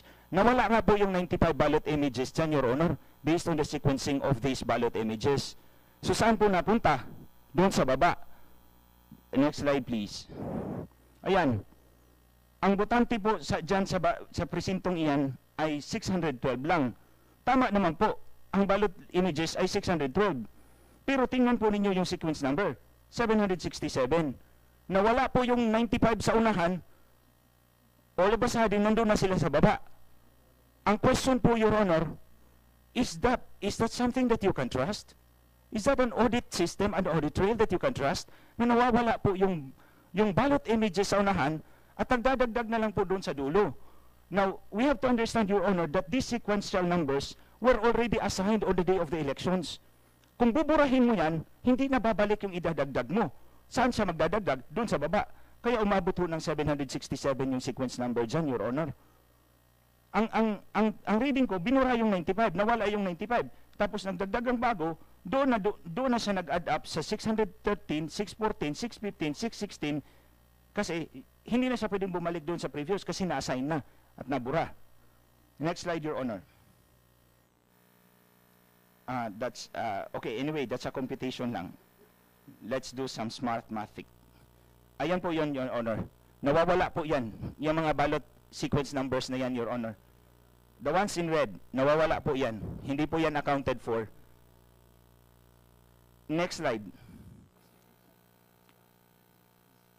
Sir, if it is, kung mag-audit po tayo, sir, kung nawawala yung mga sequence numbers, sir, they have to explain. Ito po, sir, in the 3rd District of Camarines Sur, 166 precincts ang affected, 13,589 ang nagja-jump yung mga sequence numbers. That's widespread, Your Honor. Oh, pero sir, bakit po nawawala yung mga in the middle numbers? That's my point, Your Honor, that the ballot images could have been erased and then replaced afterwards, after post-election. Kaya nagdadagdag siya doon sa baba ng sequence number. All right, let's move on. The committee, Mr. Chair, this information can be used can be of use with the committee also. So may I now just finally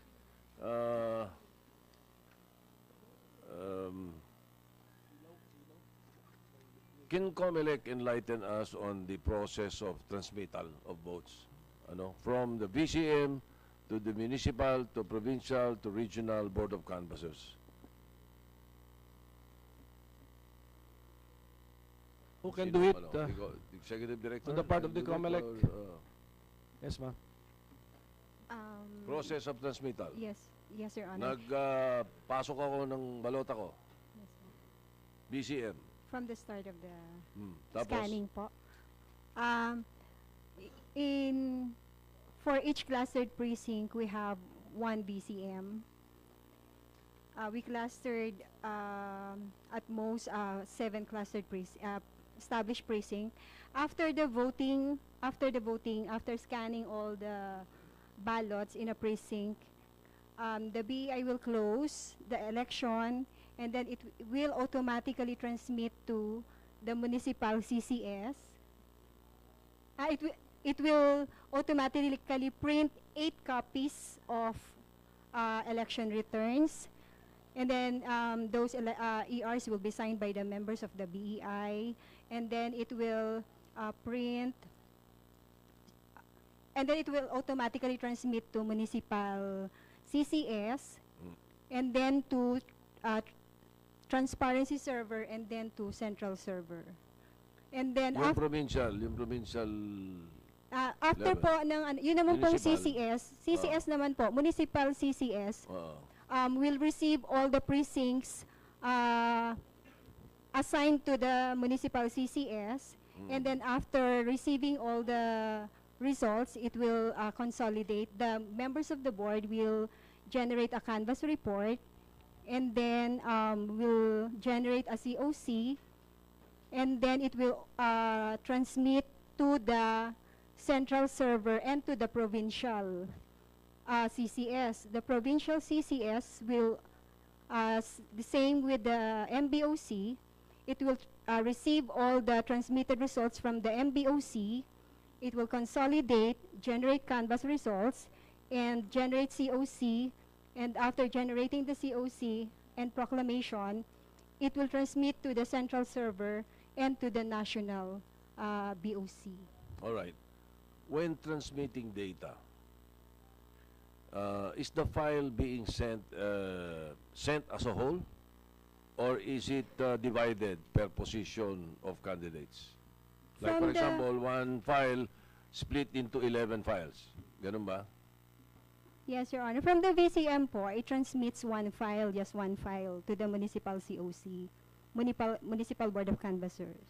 And then, from the MBOC, it transmits only the higher level, but it's per position. It will now be a per position. Per position. Yun yung nag-i-split na. Yan na po yung nag-i-split. It will transmit to the provincial and to the central server. Okay. So did you use, in the 2016 elections, did you use a queuing server or device? I was not aware of the queuing device, Your Honor. I don't know what do you mean by queuing device? But in central server. In central server, we have the central server and the meet me room. The meet me room which Meet me. Salubungin mo ko. meet Diba? me room, Meet me which room. converts all the different telcos. Parang ini-integrate siya lahat ng all telcos so that they can understand each other.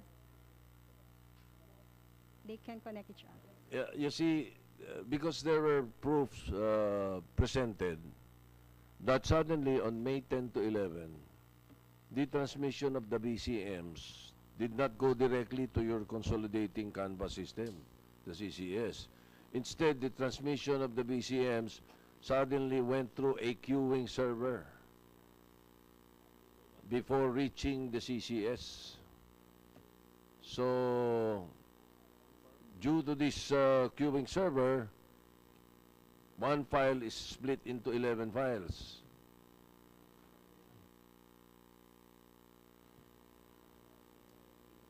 Let me quote an article published in the Manila Times, quoting Smartmatik. Smartmatik admits unofficial servers. Sabi, during the clarificatory hearing at the Manila Prosecutor's Office on the complaint for violation of the cybercrime law filed by former Abacada Representative Jonathan De La Cruz against Smartmatik and Comelec personnel, Garcia, sino ba itong si Garcia? Si Marlon Garcia, admitted that there existed a meet-me room, tulad na sinasabi nyo, where the several servers were located. This was not divulged to the public and was never subjected to a source code review, unlike the other servers used in the elections, and there were no poll watchers for these servers. So, again, may I know from Comelec, how many servers were used during the 2016 elections, and are you aware of the existence of another server? Aside from your CNT-A DNS, you had a CNT-B DNS.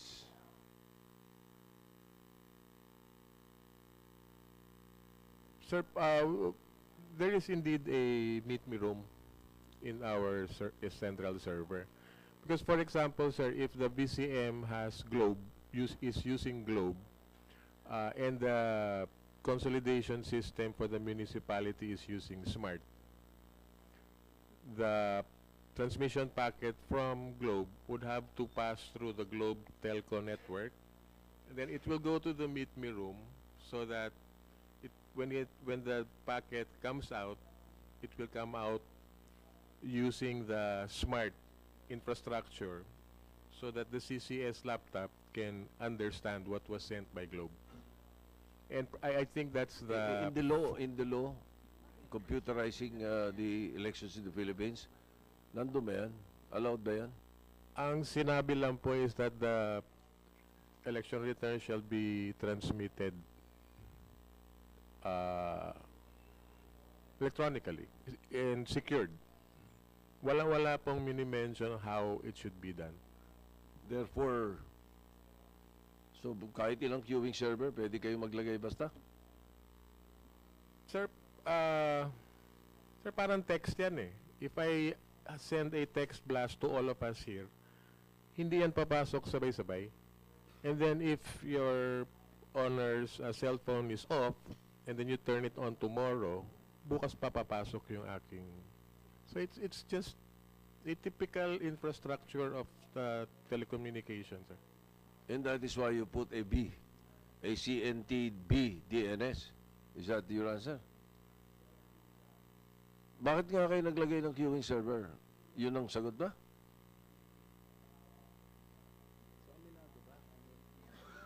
And, sinabi nila may meet-me room eh. Yun na yun eh. Sir, baka yun. And I think it's a typical telco infrastructure. Sir, again, our in charge of the transmission is here, Mr. Ilagan. Mr. Ilagan, please answer the question. Sir, the CNTV or CNTB DNS is the backup DNS. CNTA is the primary DNS. It's a backup DNS, sir, because the setup of all servers, transparency and central, we set up it with redundancy and high availability. That's why all servers and all network equipment have backup. With the permission of the Senate President, if you don't have a backup, what happens? I mean, ano ang danger or ano ang purpose ng backup? There could be a failure of transmission, sir. We have one final. I am told that you have an explanation to this, Attorney Chong. One final point from Attorney Chong. Mr. Chair, Yeah. bago lang Wait, ko mag-explain si Mr. yes, Chair, I Senator just Binay. have one question with the permission of the Senate President. Did you inform the political parties and I guess yung mga NGOs that you would be putting up another yung meet me room or the backup server? Was there full disclosure?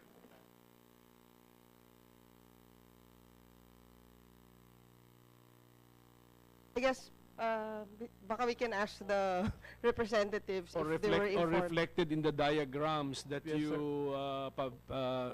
gave to the public.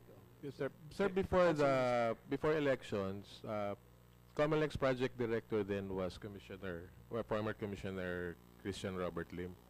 And we asked the political parties, the lawyers, to go to our Santa Rosa warehouse where Commissioner Lim explained how the transmission works. Lawyers were there, the IT people were there, political party representatives. So I assume they understood what was going on. Because nobody asked further questions at that time. Okay, Attorney Chong, Mr. Chair. if you Follow up don't mind. lang, Senate President. So in that briefing, former Commissioner Lim, did you hand out any written? I believe so, Your any Honor. document? So if you can retrieve those, so I am no longer with the public, if Your Honor. the executive Maybe. director can retrieve those, all the documents given out to whoever may have been there to brief them on the flow of the transmission. Actually, Your Honor, I see some persons who attended that meeting here present today. I think that's Attorney Arthur Alicer. He was representing a Liberal Party. Attorney Ivan Uy, who was representing UNA. I think I saw Attorney Hubert Guevara. He was representing NPC. No, maybe they can also verify that fact, Your Honor. The fact of the briefing, but I'm concerned now of the content diagram. of the briefing. So not only what was said, but more importantly, the written, the materials given to them. Sige, so where were we? Attorney Chong, on this Attorney queuing Chong, server. and then meron The po queuing doon, server, yes. Yes, sir. First of all, yung sinabi po ni Executive Director Tolentino kanina as an example na when they text blast, some of the phones are off, and then you will receive it later tomorrow. That's actually classic queue server. That's the work of a queuing server. Not queue ko yung mga transmissions. I have a slides. I will try to explain it in as layman as possible. What the queue server could do. Please, yung queue server po, that one. What we are showing is, we cannot prove definitively that it exists, but we will look at the paper trail, Your Honor. Basically, that's how, as we understand it, the VCMs will transmit it. May harang ho yung queue server, which is like a checkpoint, and then the queue server forwards it to the Municipal Board of Canvassers, to the central server of the COMELEC, and the transparency server that's handled by media, PPCRV for that matter. Now, first, this is hidden from the public because we do not know about this. The second one is that there was no source code review. They didn't admit it. They were not reviewed at all. Next slide, please. There was only one packet of data that was transmitted from the VCM. As shown, this is the example, a clip of the audit log from 2010. That there is only one single results transmission file that is transmitted to the queue server. Then the queue server breaks it down into 11 or 13 separate tallies. Then they are forwarded to the MBOC, to the central server, and to the, transparency server. But I think tama yung sinabi ni Director Florida na for lower level positions, hindi na siya nagtatransmit doon. Ang full na 11 or 12, 13 would be MBOC, then PBOC, Provincial Board of Canvassers. So, dyan sa queue server, nag-i-split yung single results transmitted file that was transmitted from the VCM. Isang file lang po yan. Pagdating sa queue server, it splits into 11 or 13 tallies, 11 for regular, 13 for ARMM. Kasi may dalawang position sa ARMM, yung governor tsaka assemblyman. Next slide, please. Ito ho yung 13 or 11 or 13 tallies. The tally numbers on the left, and then that's the position. So the tallies represents the categories of positions. So 11 pag regular, 13 pag ARMM. Next slide, please. This is a certified true copy of the audit of the print log from the consolidation canvassing system in 2010, which is basically the same as the VCM. Sir, you read that from down to top. Baligtad po, hindi po top to bottom, down to top po yan. So, when you transmit, nandyan ho nakarecord yung 11 tallies. Tally from precinct 78050002. And then, nirecord po niya yung 11 tallies. Then, may transmission na naman dun sa dulo, which is from precinct number 78050002. Yung 005 dito sa baba. So these are two different precincts, Your Honor. But take a look at the tallies. They were recorded as coming from a uniform 127.0.0.1. So that's the Q server, Your Honor. The 127.0.0.1, because when the machine transmits it, isang buong packet yan. Pagdating dun sa Q server, in-split niya into 11 tallies, and the 11 tallies are recorded now in the MBOC. This is MBOC. And they are both 127.0.0.1, although they come from two different precincts. So, okay, in 2016, this is what we found. Next slide, please. This is a list of all yung mga tallies po, Your Honor, yung tallies 11, 13, as obtained from the transparency server.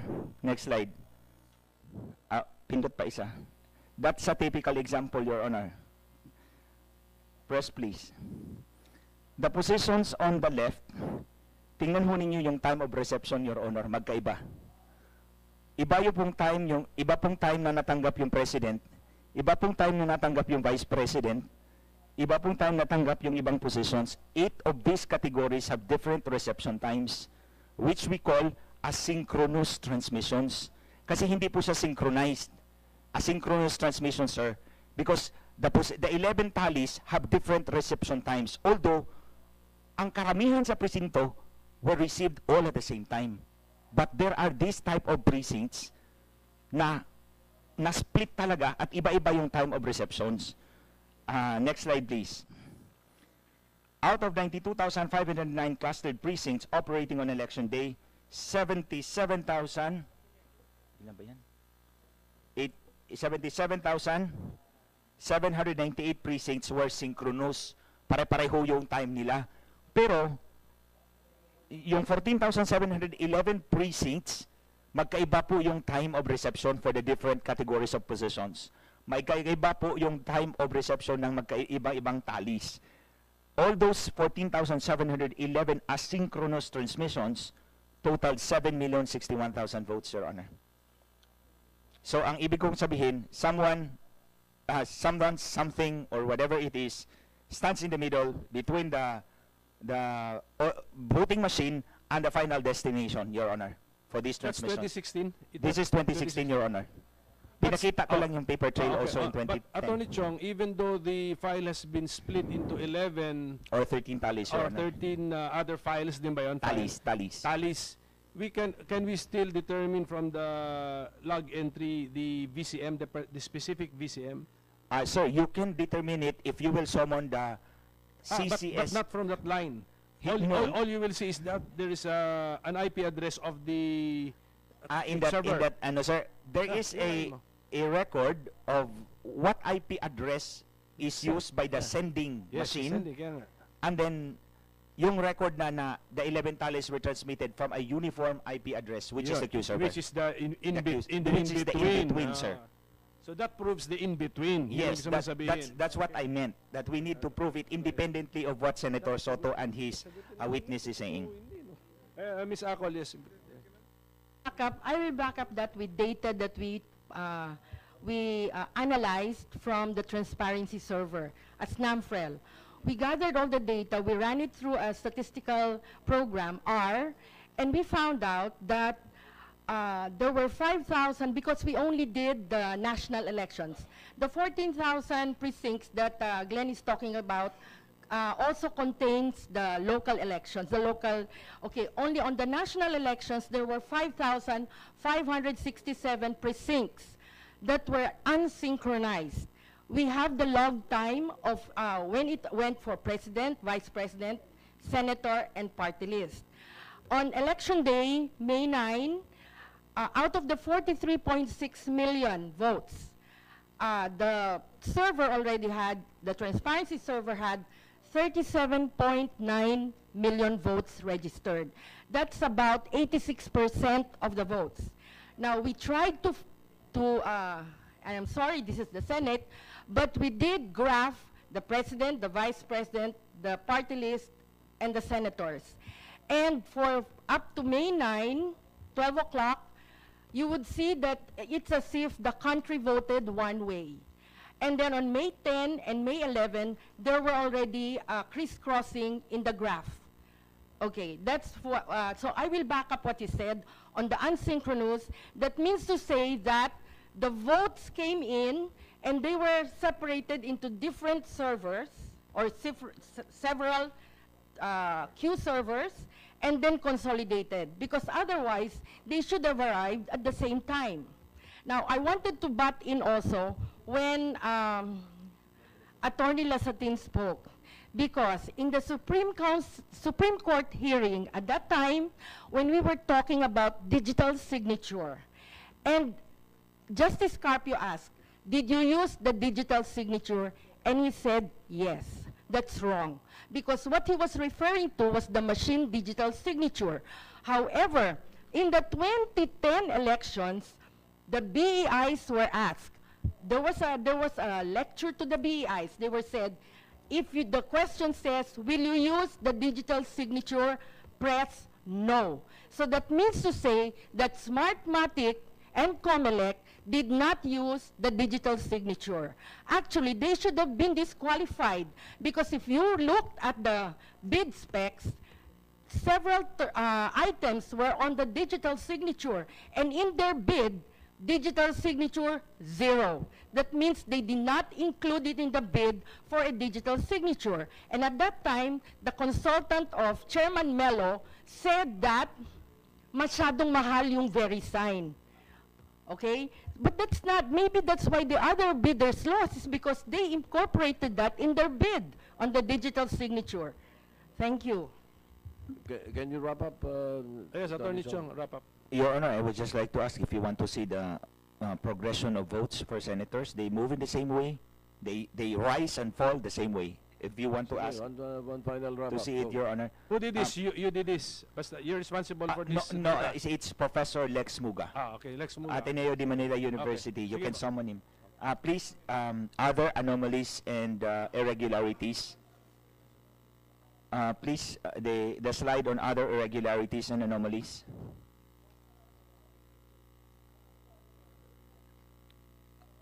Please press. Please press. Sir, those are tampered ballots in 2013. Next slide, please. They're in the house. Next slide, please. That one, sir. Sir, if you want to look at it. House lang, what house? We don't know what house, sir. Tapos na It's 2020. nasa bahay lang po. Yan. The votes for all candidates for senators move in the same way. Whenever the results, this is 2016, Your Honors. Whenever the results come in, they actually move the same way. Up, down, either they plateau, they go down, they go up. All of them move the same way, Your Honor. You mean sabay-sabay lahat ng mga kandidato? Yes, sir. Parang merong fixed percentage bawat kandidato. Pag yung kulay lahat nakakuha 1, yung number 1 nakakuha 100, sa susunod na presinto, puro ganun lahat. Yes, sir. If the graph, if you're looking at the graph, that's the way it goes. And sir, if the usual sagot po nito is law of large numbers, it does not apply po, sir. Because meron ho, this presentation is actually graph, is actually based on a 10-minute interval. Pinaliit po talaga yung numbers ni Professor Muga para hindi po ma-objectan ng law of large numbers. So, yung pinakamahaba po, sir, yung spike po na pinakamataas, 10 million votes po yan. The next spike is about 2 million. Then yung parang plateau, mga 2 million din po yan. All the rest, yung, like for example, yung parang nasa valley na, kung bukid yan, valley na siya sa baba. That's about 50,000 votes lang po. Itong mga last part na parang valley rin, mga 50 to 100 to 200,000 lang po. The law of large numbers does not apply. But the candidates all move in the same fashion. They rise, they fall, all at the same time.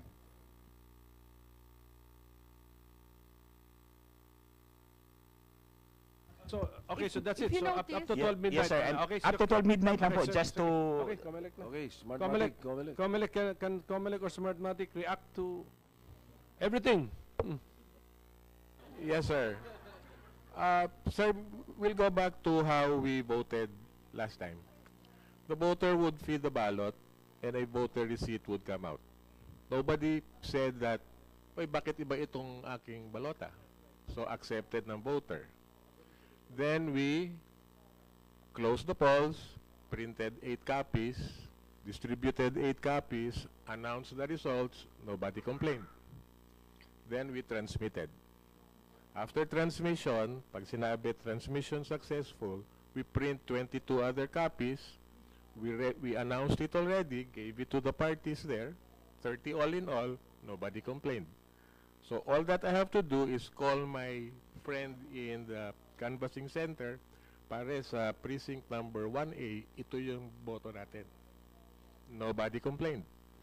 And we have been talking here for almost 2 hours, and I have yet to hear someone say that the election returns that were transmitted to the canvassing centers that were officially canvassed did not match. No, wala pong nagsasabing ganon. And as I said, from the very beginning, the voter did not complain. The watchers, after announcing the results, did not complain. Sa canvassing, wala rin. No allegations that there are mismatched. Paano may magko-complain? Ngayon lang namin nalaman nag-early transmission kayo. Sir, kahit po, sir, may 8 kayo nagtatransmit eh. Mr. Gastas Lagman, Mr. Chair. Yes, Mr. Gas Lagman. Nobody complained because nobody saw the counting. The moment you automate the counting at the precinct level, then you lose the transparency. That has always been our position. Just a quick question. How do you explain, Commissioner Gash, the point that there are election returns from the precinct level and they match the national? Is that therefore if there is cheating, they also tampered with the election returns in the precinct level? The VCM could have been rigged. So the election returns that it will produce is rigged. It will match whatever, if you send it to the central server, they will match. That is a conclusion. Do you have proof of that? No. You have no proof of that. What I'm saying is that it's vulnerable to that. All right. But So there's no proof to doubts that. can be thrown, but there is no actual proof. No, I was only responding to the point that we don't know because nobody witnessed the counting.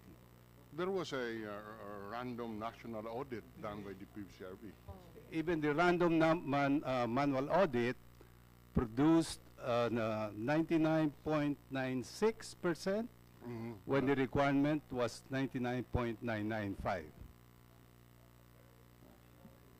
The random manual audit report issued by NAMPREL actually states that the difference might be because of a misinterpretation of the auditor at the moment of reading the shades. That is what the report says. Okay, so only one, Attorney Donato, yes, to represent the Tanggulang Demokrasya. Yes, sir. Only one point, sir. With due respect to Mr. Lasatin and Mr. Tolentino, I have here a decision, RTC, Aranas versus Municipal Election Registrar. This is for the 2013 elections, Your Honor. This is proof that the manual count does not match the electronic count. It says here, upon manual counting of the votes appearing in official ballots in the 3 clustered precincts, candidate Villanueva garnered a total of 900 votes as against the official COMELEC count of only 781 votes. That's a big discrepancy, Your Honor. This is a RTC decision, final and executory. Your Honor, may I just respond?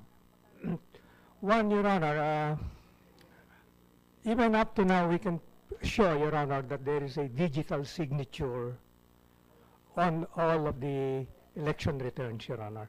There is the I button that you put on the machine.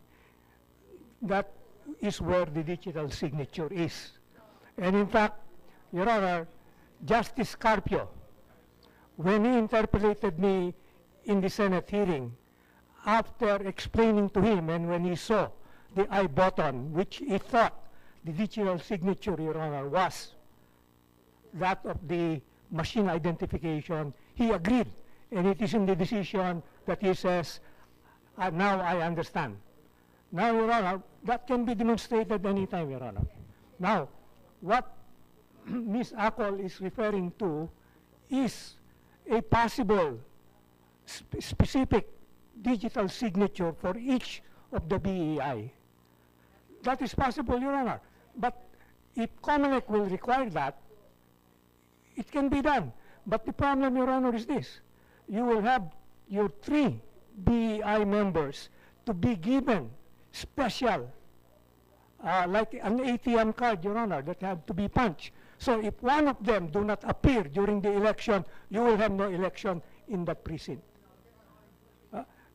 Your Honor, that is, of course, a decision. Your point. Oh. That is the decision, of course, to be made by our client, the COMELEC. If they want it installed, we can install it, Your Honor. So that is not a problem. Now there is a reference to what Mr. Chong referred to, Your Honor, as the smudges. That happened only in 2013. Why did it happen? Because the printing, the ink that was used on the ballot smudged, Your Honor. And the mylar, you know, just like in a photocopying machine, Your Honor, the ballot picked, the mylar picked up the smudges. So, of course, when the ballots were fed in, it took in the smudges. And later on, it disappeared because as you feed in the ballot, napupura.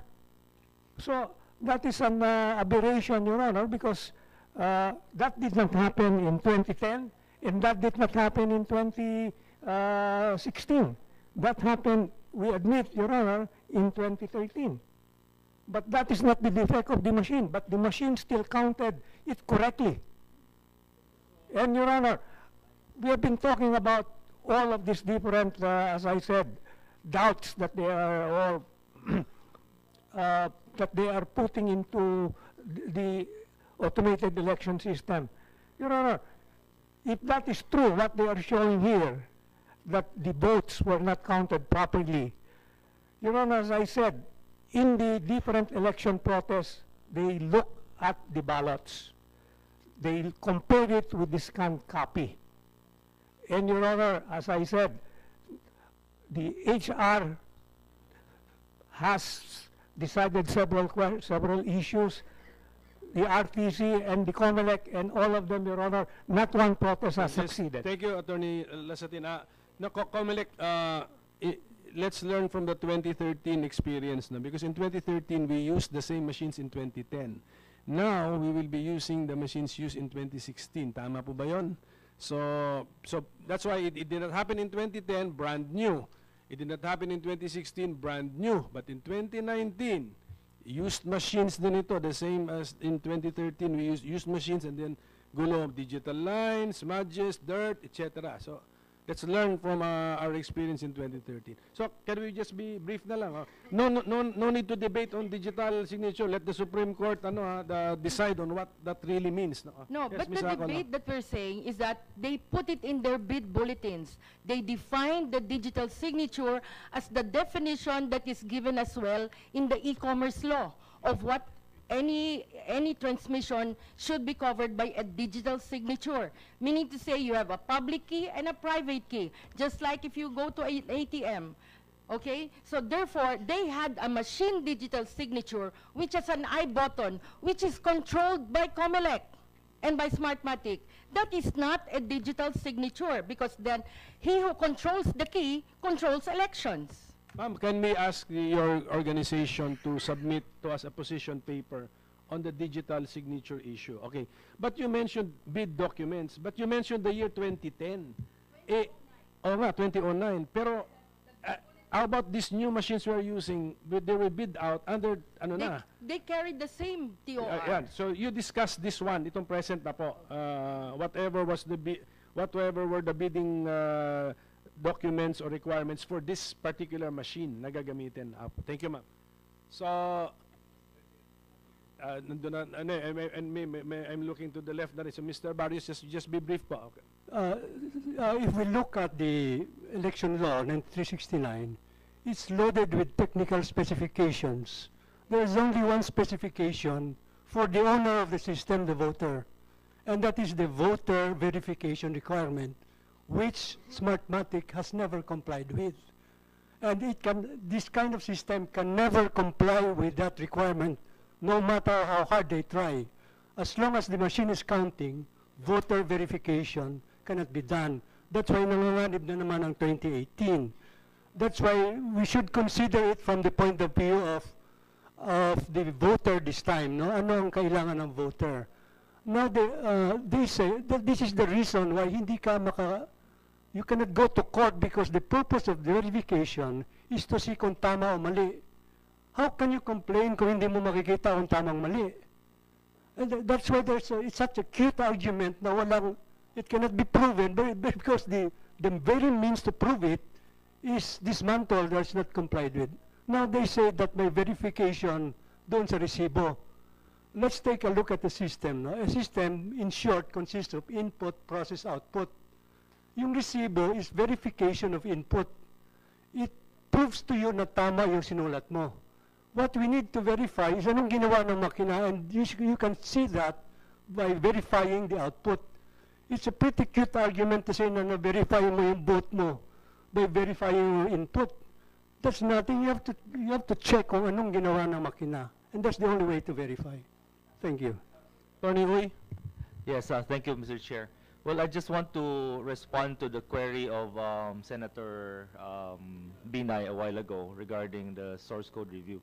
So we were part of the source code review team that was invited by COMELEC to do the source code review, and we were in attendance in those meetings called by Commissioner Lim. We reviewed 3 source codes: the election management system, the VCM, and the CCS. We never reviewed any source code of the Q server, if that existed, especially if the allegation of Attorney Chong that the Q server serves to disaggregate the votes and then reaggregate them for the transmission, allocating it, then if that was really the purpose, we would have insisted on a source code review because that would form a very crucial part of the entire AES system. Thank you very much. So when the system was explained to you, you never got the impression that there would be a Q server? Not even in the diagrams we're released by the COMELEC? We're not aware of that. Wala Your nga, Honor. kaya nga. Yes, we're not aware. So that's a good fact. Now, Mr. You mentioned that COMELEC should not use the same machines. I understand that they bought those machines already. Yes nga. So ang gusto sabihin, in next year's election, this will be used machines, just like in 2013. So in 2013, we had smudges, let's anticipate because we're using used machines. They bought it already. A fact naman yun. Sino pa? Attorney Chong? Yes, one final word. Your Honor, Smartmatic wishes to dismiss these allegations as duda lang or doubts. But if you really look at all this evidence, I've been looking at it for the last 8 years, there are actually mortal wounds in the integrity of our election system. You cannot run an election system that is littered with questions from this to that and everything. As a matter of fact, Your Honor, with respect to the digital signature, I have also proof there to show, isa lang ang pumirma ng digital signature, but under COMELEC Resolution 10057, 3 ang dapat pumirma. Isa lang po ang actual na pumirma, and it can be traced through the logs, Your Honor. I've been reading the logs since 2010. Now, these are serious questions These are mortal wounds. They cannot dismiss it anymore. Ang dami na. Yung sinabi lang po ni Senator Soto, 459 early transmissions. That is something that we have to dig deeper. I know this honorable committee does not have the technical expertise, but I would suggest, Your Honors, from my heart, I would appeal to you, bring this investigation to the higher level, to the next level. There is the Department of Information and Communications Technology who can do a professional investigation. Get the raw logs, Your Honor. Hindi po yung printed logs, Your Honor, kasi sinubukan ko po yung DNS, sir. Di ba? CNTA DNS. Binura ko po yung A, ginawa ko pong D. Pwede po pala yung pinakita nila. Kasi may pinakita sila, di ba? Yung under subpoena by SET. Just before I left kaninang umaga, binura ko yung A, pinalitan ko ng D, tas sinib ko. Eh, siyempre, ang lalabas, when I open it again, B na po, hindi na upo A. So, ibig sabihin, don't rely on what they're going to provide you, just like what they provided it as is SET. Kasi pwede hong burahin. You go for the raw logs, Your Honor. For the information of this committee, I already sent a letter to the Joint Congressional Oversight Committee dated February 15. Nandun po ang detalyadong logs ng lahat ng servers na kakailanganin po ng investigasyon, Your Honor. They have not given it, they have not acted on it. Please, kung maaari lang po, summon them, have them investigated. Pwede din pong gumawa tayo ng technical working group. Mr. Chair. Thank you, Your Honor.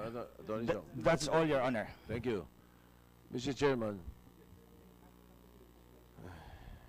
to wrap up on my privilege speech, because you have other items on the agenda.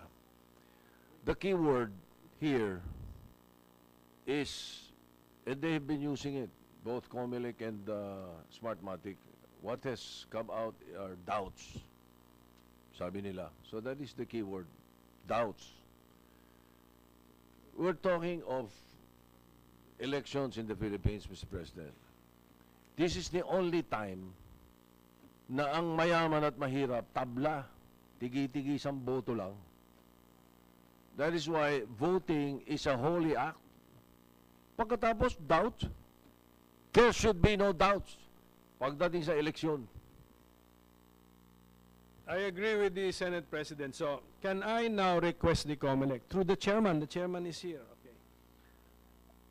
Please give this committee your official answer and or explanation to the observations mentioned by the Senate President in his two privileged speeches dated, alam niyo na yun, March 6 and I think March 14, 2018. So we need official stand of the COMELEC. Wala namang right or wrong dyan. Basta, but for the record, we need to know what is your analysis on what happened. Okay? Okay po. Okay, so thank you. Yes, sir. Yes, sir. Okay, so thank you for that, Mr. Senate President. They have given their commitment. So, we can now leave the topic of the privileged speeches and proceed to... thank you, thank you. The committee will serve lunch. Okay, so just take your lunch. We'll have a working lunch. Let's go now to Senate Bills numbers 307 and 1777. They both amend RA 9006 on the on the rates, no? On the rates. Ay, yes, you're no longer working. Yes. So, yes. Chairman Brillantes, then thank you. But we'll serve lunch. You cannot take your lunch here now. Thank you. Thank you. Hindi pa ako nakapag-comment, sir. You want to say something? Yes, Chairman. Hindi ba, meron na ako sasabihin sana. Okay, let's... Since Attorney Chong has been presenting so many things, can I be allowed to present something also about Attorney Chong? That he has now a pending election offense case, and it has already been proven that he is... Okay na po, Chairman. Gusto ko lang sabihin na he comes out with so many documents, and I have been monitoring what he has been doing. So I also have my own presentation, which I can show that he produces documents which are stolen or tampered or corrected. So we better make sure that we don't believe everything that he's saying. Lang, sabi ko naman kanina if Attorney Chong somehow made a mistake an infraction of the law in his presentation, somehow is deceiving this committee, put it in your written explanation, and then we will also go over it. Okay, I'm Chairman? coming out with videos, him showing ballots, authentic, claiming to be authentic, but it was stolen. You cannot have any Pero authentic ballot in your possession. ibang topic na po yun. So, Your Honor, my reputation and integrity has been attacked before this committee, and I would like to respond, even just for a minute. Sige, we have 1 minute. Sige, go. Yung witness po niya ay estapador, falsificador, child molester, drug peddler, all rolled into one. I submit my case, Your Honor. Okay, so that's it. Pero yung yung witness ko ho, siya nagturo lahat. Kaya nga, estapador. Sige, okay. Anyway, Mr. Chairman, okay na yan. Besides, Mr. Chairman, Attorney Chong is not on trial here. Yes. Okay na yan. You Okay. are in trial here. I have videos, I have pronouncements in public, radio interview, I can produce it now, saying that he stole ballots.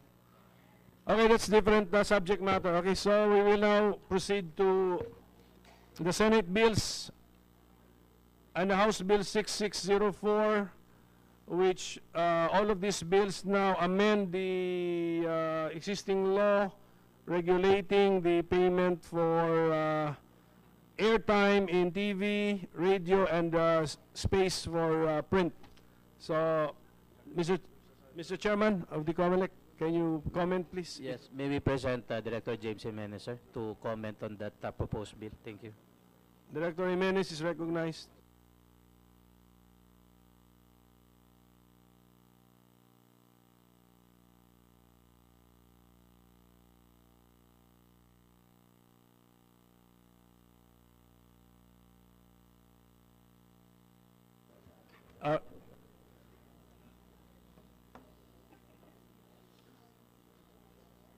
Director Jimenez, on the three Thank you, Mr. bills. Specifically on HB 6604, Mr. Chairman, it's in two parts. The first part seeks to give the COMELEC the power to regulate the rates of political propaganda and prevent media outlets from increasing advertising rates during the one-year period before the elections. And the other one increases the amount of discount. Sige po. Can I ask for silence, please? Silence. We will have a working lunch, but please maintain silence because we are actually working over lunch. So let's all listen now to Director Jimenez of the COMELEC. So from the top again, from the top, sir. Yes, sir. Mr. Chairman, the House Bill 6604 actually proposes two changes. First, it proposes that the COMELEC be given the power to regulate the rates for TV advertisements during the one-year period prior to the elections. The second part deepens the discount to be given to political advertisers during the campaign period. The second part says that the discount should be increased to 50%. Right now it's about, if I'm not mistaken, around 30%. So as far as the second part is concerned, the COMELEC has no objection. That's the problem there really is between the advertisers and the law, no? It's the first part, sir, that's a little, that we have some questions about. The first part gives the COMELEC the power to regulate rates of political propaganda 1 year before the elections. The thing that's giving us pause, Mr. Chairman, is that 1 year before the elections, it's very difficult to define what is political propaganda. 1 year before the elections, no one will have filed a certificate of candidacy yet. 1 year before the elections, in fact, we do not consider as political advertisement anything that would normally be considered premature campaigning, precisely because there is no definition of the law that covers that. So what will be the basis for controlling the rates of political propaganda?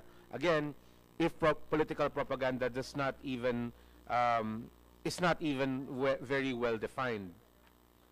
So that's our main concern there, sir. The second concern is that, of course, if you have that sort of control prior to elections, 1 year prior to elections, then you're only really just encouraging early exposures of that nature. So that's our comment on the House bill, sir. The Senate bills, have you studied them? So we're studying them, sir, pero same naman, sir. Hands off kayo because they're talking about rates, no? Just the rates The of the rates, discount. okay. So sa amin, sir, wala kaming objection dun. Mr. Chairman? Sir, Mr. SP. May I ask Comelec if your comments were asked or did the Supreme Court consult you when they were interpreting the contents of the law that lifted the ad ban? Sir, I'll have to refer to my colleagues, sir, because they were lifted prior to my arrival in the commission. I would like to ask sana si Director Tolentino. He was there. But he's out. When he comes back, sige. Yeah, because what happened was that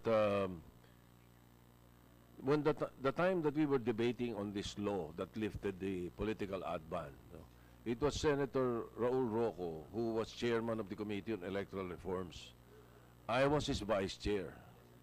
No? And when we were lifting the political ad ban, I was cautioning them, no, on the rates and the type of the number of minutes that a candidate should be allowed. You know, I was already cautioning them because I know na mamahal ito eh. From the 1987 to the 1992 elections to the 1995 elections, walang problema eh, actually dahil may political ad ban. But when we were lifting it in the 10th Congress, no, in the 10th Congress, all the way to the 11th Congress, I believe. Minarning ako na sila doon sa number of minutes allowed a candidate because wala nang kalaban-laban ng mahirap na kandidato. Dahil siguradong mamahal eh. Mamahalan at mamahalan yan, hindi maaaring hindi. Ano, sasamantalahin yan because every 3 years lang nangyayari yan. Ano? So, I cautioned them. And the agreement was that it was 120 minutes per candidate. Sa radio, 180 minutes per candidate. Malinaw yun eh. Pati sa debates namin, malinaw yun eh. All of a sudden, the Supreme Court comes up with a decision later on, and I don't know who lobbied for it, na 120 minutes daw per candidate, per station. Wala nang kabuhay-buhay, lalo yung mahirap doon. Walang kapag-apag-asa. Sir, if I'm not mistaken, ang mga nag-push din po niyan yung industry din. If I'm not mistaken, one of the proponents of the per station na qualification was, among others, KBP. Because basically that increased, the argument was that it increased the airtime that was available to the politicians, therefore they would be able to more fully explain their positions. What can you explain in 30 seconds? Diba? No. So it will not have continuity. Kahit na bigyan kita ng 100 minutes, kung tigta 30 seconds lang ang lalabas per every time, putol-putol ang salita mo, paano magiging coherent yung sinasabi mo all the way. It's, that argument is not acceptable. And in any case, Mr. Chairman, the ads are repeated. So you're basically repeating the same message over and over again. It doesn't really add to the information. Yeah, it does not. As a matter of fact, the only benefit there is awareness. And the rich candidates and those candidates who have enough money get awareness and recall. At yung mga wala, ay ilista mo ng talo. Unless maglikot yung smartmatik. Unless maglikot lang, sabi ko ha, hindi ko sinasabing naglikot. Okay, so let's hear from the industry. Any inputs or comments from the industry? Mr. Barbie Atienza, please. Barbie, what are you representing? Your Honor, I'm representing the United Print Media Organization. It's an association of all print media organizations in the country. And as far as the UPMG is concerned, three of us are also represented here on its private capacity: Philippine Daily Inquirer, Manila Bulletin, and the Philippine Star. We've collectively talked about it, about the Senate bills at hand, and we agree with the principle of making even the playing field for all candidates. We think also that having outrageous rates for advertising would be detrimental to the less fortunate or the less financially endowed candidates. However, Mr. Chairman, Senate President, we believe that regulating in terms of having a moratorium on price increases so that we can avoid any organization to take advantage of the campaign period is something that we're very open to, and we appreciate the value of. On the other hand, on the regulation or even mandating the discounted rates for political ads are something that we beg the Senate and the House as well to please reconsider. It is something that we feel is detrimental to the status of the media organizations involved, considering a lot of different changes, the change in landscape, the presence of digital media as well, and of course the cost of production. Right now, Mr. President, as we speak, the cost of paper, for example, in our case in print, has already increased by 60%, and that will make untenable the operational cost for us if we mandate a discount of as much as 50%. We beg the Senate, Mr. Chairman, that we consider preserving the principles of free enterprise and let the free market forces dictate the pricing for us. And the thing that we can pledge to you is that we are with you in trying to protect the equitability of campaign channels that we will provide all candidates, and we assure you that we will be fair, objective, and always with the best interest of the country in mind. Thank you, Mr. Chairman. Do the players in the print media industry also announce or publish their published rates to the public? So on a per inch ba yan, o per square inch basis ba yan? We've standard published rates, Mr. Chairman. Yes, sir. So you have. And your published rates, of course, will allow you to profitably operate your business. Tama? Yes, sir. And then now, the present state of the law says that you give 10%. The present state of the law, 10%. Okay. 10% standard. Sa ngayon, di ba? So, the proposed bill, one says 50, some say 20 for the print made. So, yes, so you're worried about the viability of your business after the discount. That's correct. Kasi if the paper costs us increase, your published rate will also increase. That's Tama ba correct. yun? And we are just getting the discount from your published rate. Mm-hmm. So if we make it now it's 10. You have no comment on the 10 because okay lang sa inyo yung 10. What are you worried about? The 50 or the 20? Are you even worried about the 20%? In principle, Mr. Chairman, we're worried about you mandating the amount of the increase, basically because, well, of course, of all of this will be based on the published rate. That would be something that we can live on. Yeah. As a matter of fact, even the 10%, we've always thought that it is something detrimental to our operations as far as mandating the thing. But realistically, we do understand there are things that we have to do to be able to achieve what we want to achieve. Siguro yung we're just looking at the right level for it. That's it. Yun ang question ko. When you mentioned about viability na, you mentioned earlier that Yes, sir. it's now the viability of your business. Yes, sir. Now it's 10, so you have lived with that. We can live with that. We are touching the 10 to give the candidates an even bigger discount. Saan ka worried? Sa 50% discount? Sa 20% discount? or somewhere in between?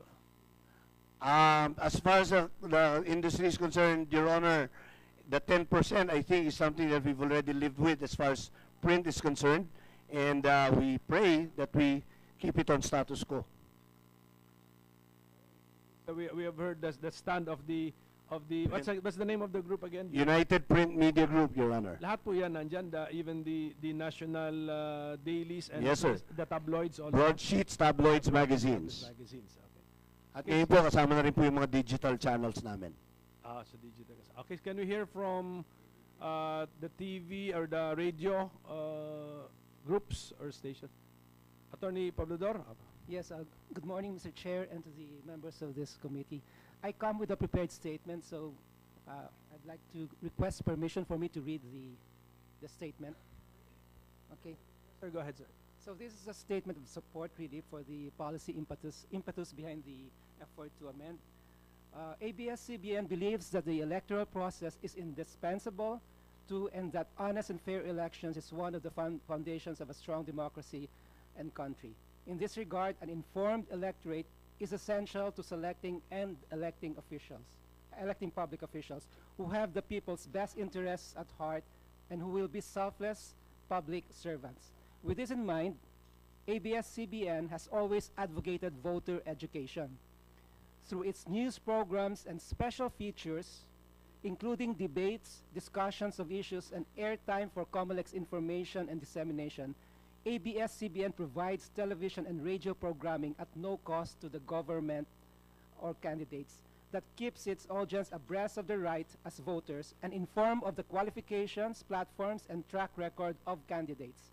ABS-CBN has been and will always remain committed to informing the Filipino voter in order to empower him and allow the full realization of his or her right to vote.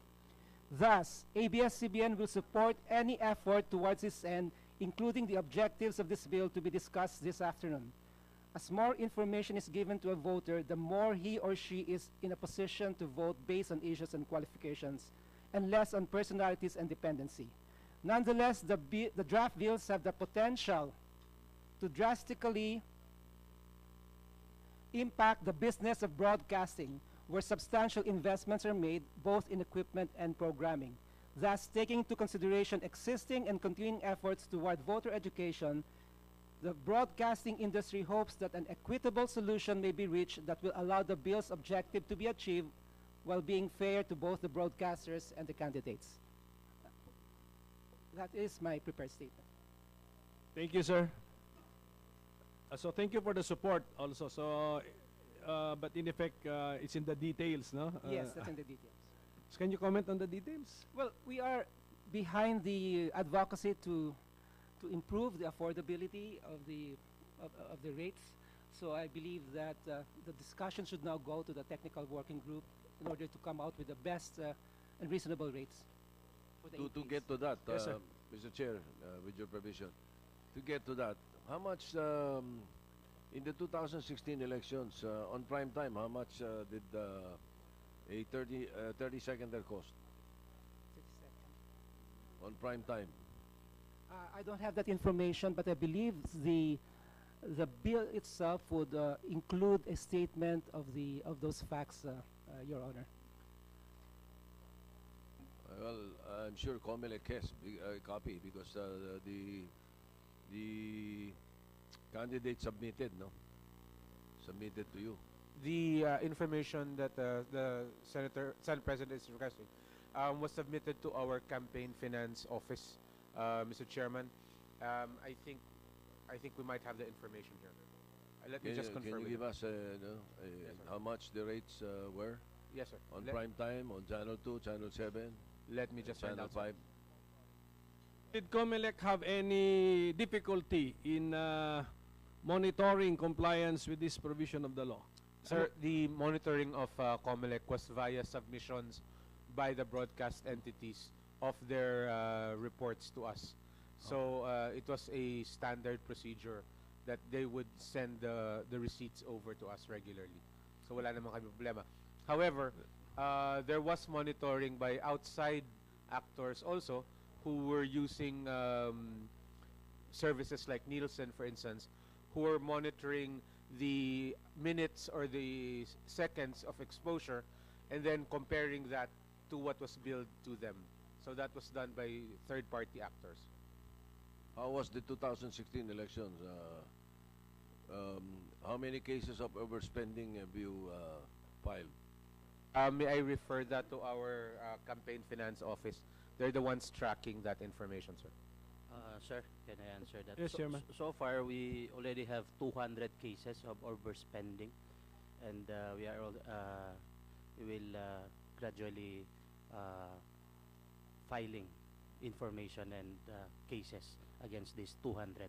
At marami pa, sir, nasa more than 1,000 pa yung pending na dinidiscuss namin. Sa local yan, ano? Pero yung sa national? Halo-halo na po yun, sir. Apo. Yes. Meron din mga meron, national sir, candidates Apo. na overspent. Yes, sir. Yes, sir. No, alam ko yung monitoring ng COMELEC is number 1 sa airtime kung lumampas, and then sa bottom line kung lumampas sa but ang tanong ko kasi is monitoring the compliance of the media entities with the discount. Yun ang pinupunto ko sana if you are also consciously looking at that. I think, sir, what we get, Mr. Chair, is the billed amounts, no. I'm not so sure if the finance office is able to check that against the Dapat published rate. kasi inaano ko na they have a published rate, then your COMELEC is also familiar with the published rate, then you compute the discount, then that's a ceiling amount, di ba? Parang ganun. If I'm not mistaken, Mr. Chair, that the claiming of the discount should be done by the political candidate in the contract with the broadcast network, so that pagdating sa amin, discounted na dapat yon. So yeah, hindi nyo na, the compliance with this law, hindi nyo na nakikita. Sure. Yes, Mr. Chairman. Mr. Chair, we have records nung mga sinasubmit ng mga networks, and may I refer it to Director Bagid. Siya yung head ng Campaign Finance Office namin, sir. Okay, Director Bagid of the Campaign Finance Office. Good afternoon, sirs. Sir, the broadcast entities, sir, the media entities submit their contracts with the campaign finance officer, Your Honor, and with it, Your Honor, based on the submission to us, we look into these contracts, and what reflected in the contracts are already discounted rates. Opo. It's for the candidate now to demand the discount to which he is entitled under the law. So can we hear? Ang problema doon, Mr. Chair, pwedeng pwedeng sabihin ng istasyon na hindi, puno na kami, hindi namin matatanggap. Ang totoo yun, hingi ka ng hingi yung discount Di ba? That's a good point raised by the Senate President. But sanay ako dyan Pero ano yun?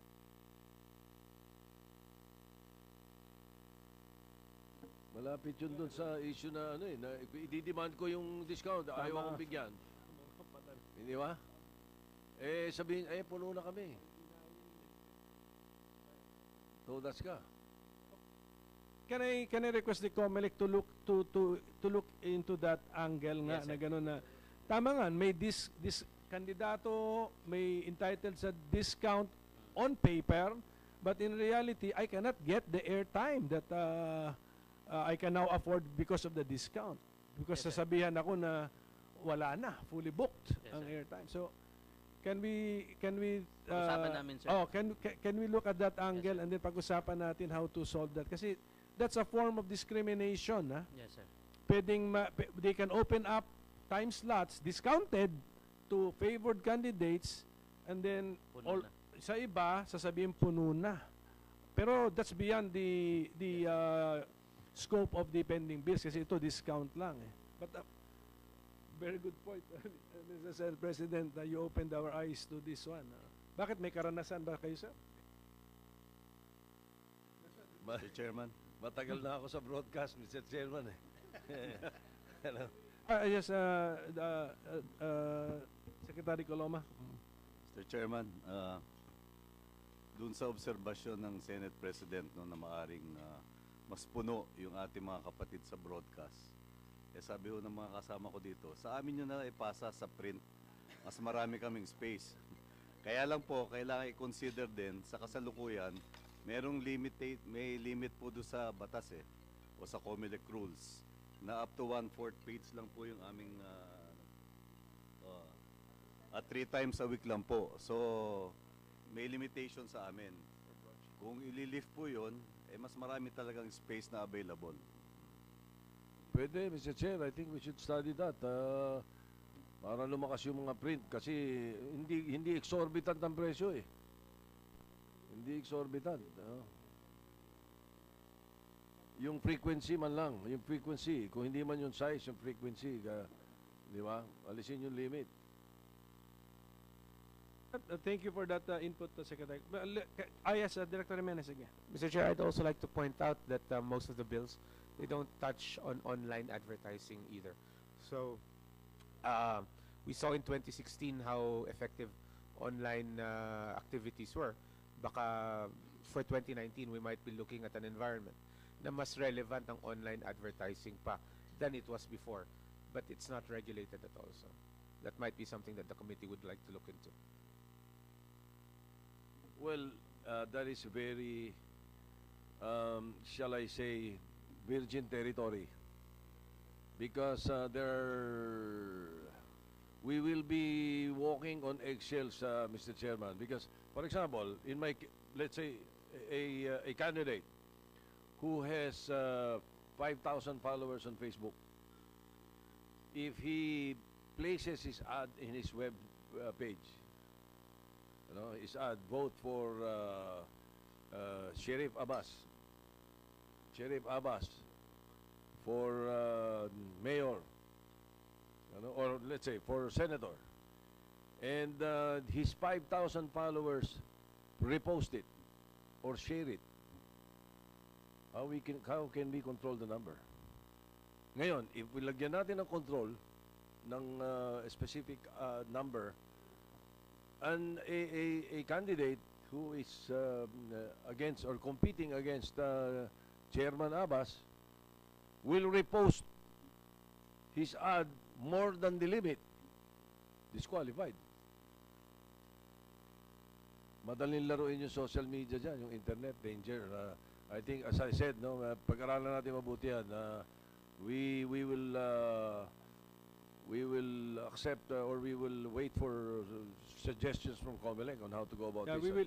Medyo ano yan, virgin territory. We will wait for ideas from the COMELEC. But in the meantime, ito na muna, that the TV, radio, and print ad rates, which we are regulating in these bills. So from the KBP, please. Thank you, Mr. Chair. I'm Attorney Hularbal, representing the KBP. The KBP would like to express their support of the objectives of this bill in ensuring the dissemination of wider dissemination of information and political issues during election. Among them by the increase in the discounts of political advertisements, which can be approached in various ways, Your Honor. We will be submitting suggestions because it's either greater discounts or redefining the basis for the discounts. But definitely the KBP will support this and ensure that its members also support that move of KBP. So we will be submitting our recommendations, Your Honor, during the TWG. By the way, in response to the observation that the candidate must ask for a discount, actually the law requires the network to give the discount. So it need not be asked by the candidate, Your Honor. But it is true that there are limitations on available commercial time. Actually, with or without the election, the industry has already set a limit to advertising time. So we run the possibility of violating that self-regulatory imposed limit unless maybe the law will require us to increase that number. Right now, for the information of the for the information of the committee, the limit for radio advertising is 17 minutes per hour. In TV, it is 19? 18 minutes in TV.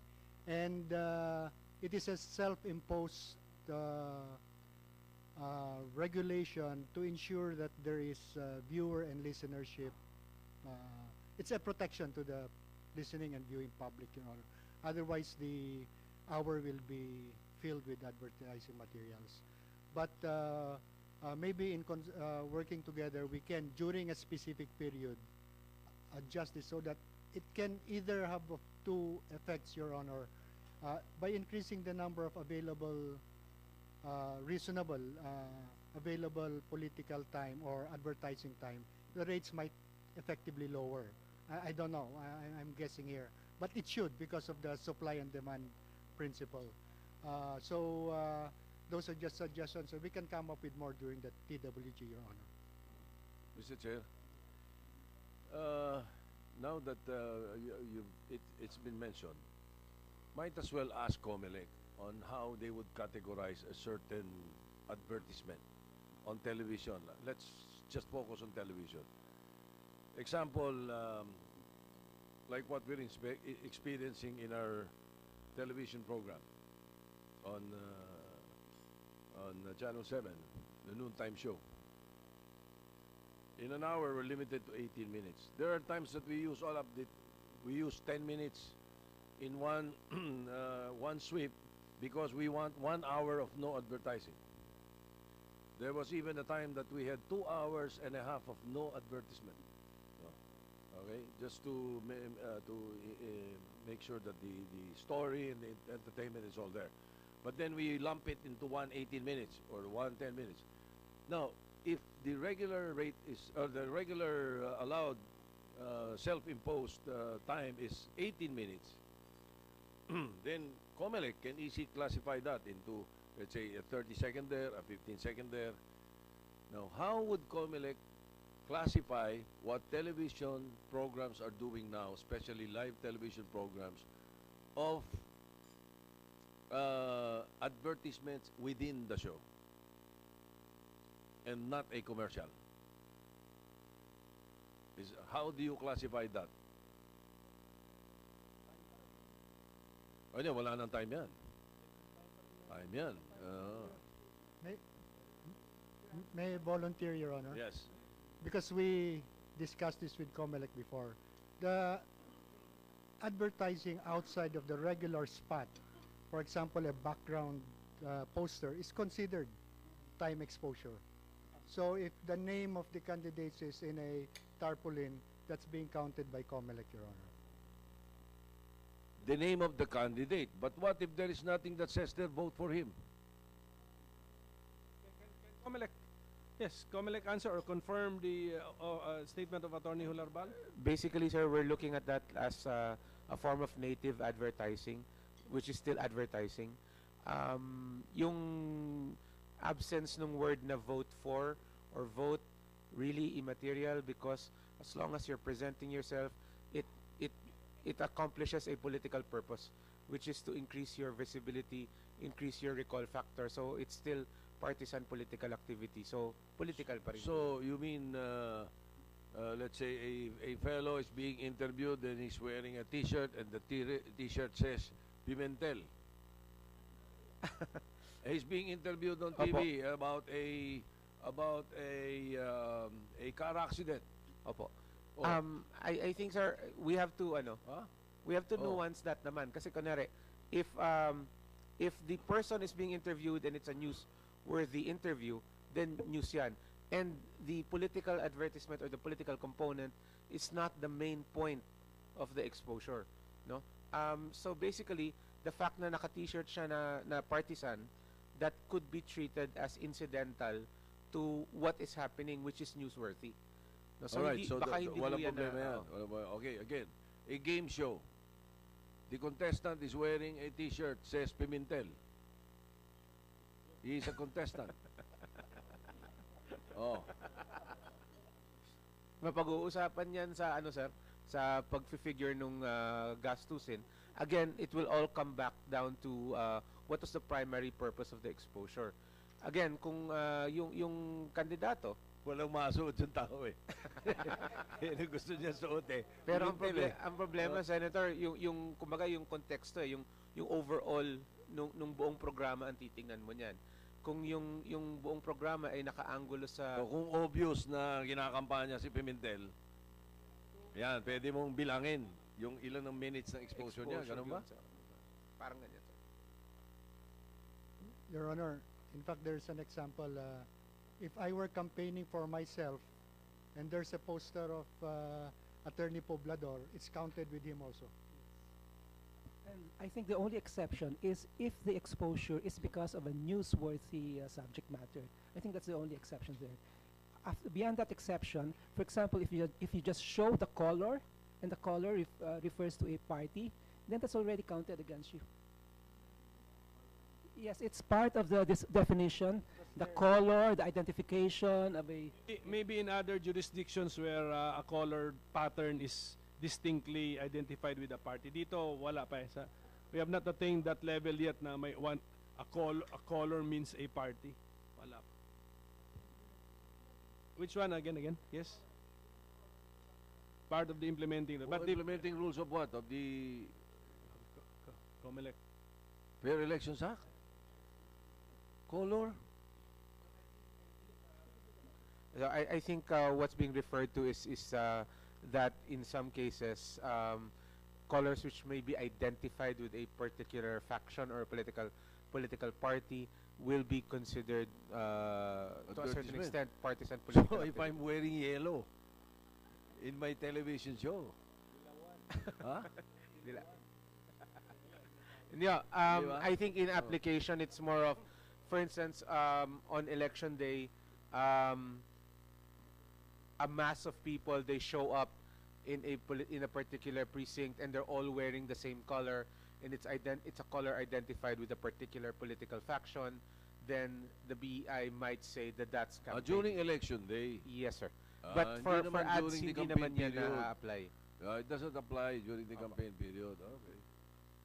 Okay, back to the bills. Now, the worry of some is that 1 year before, i-increase daw yung rates because that's the rate to be applied during election time. So, as chair of this committee, I'm telling the industry players as well as the NGOs, I'm entertaining the idea of not using just 1 year but averaging maybe 3 or 5 year period of your published rates. Is that alarming to the industry if you do that? To be the basis where we will apply the discount, huh? Your Honor, well, we'd like to dispel the notion that we increase only during an election period. Actually, we do increase every year. And averaging might be a solution. Might be a solution to rationalizing the basis for the discount. We're not averse to that, Your Honor, as long as it is rationalizing the basis. Will be the average of published rates over X number of years.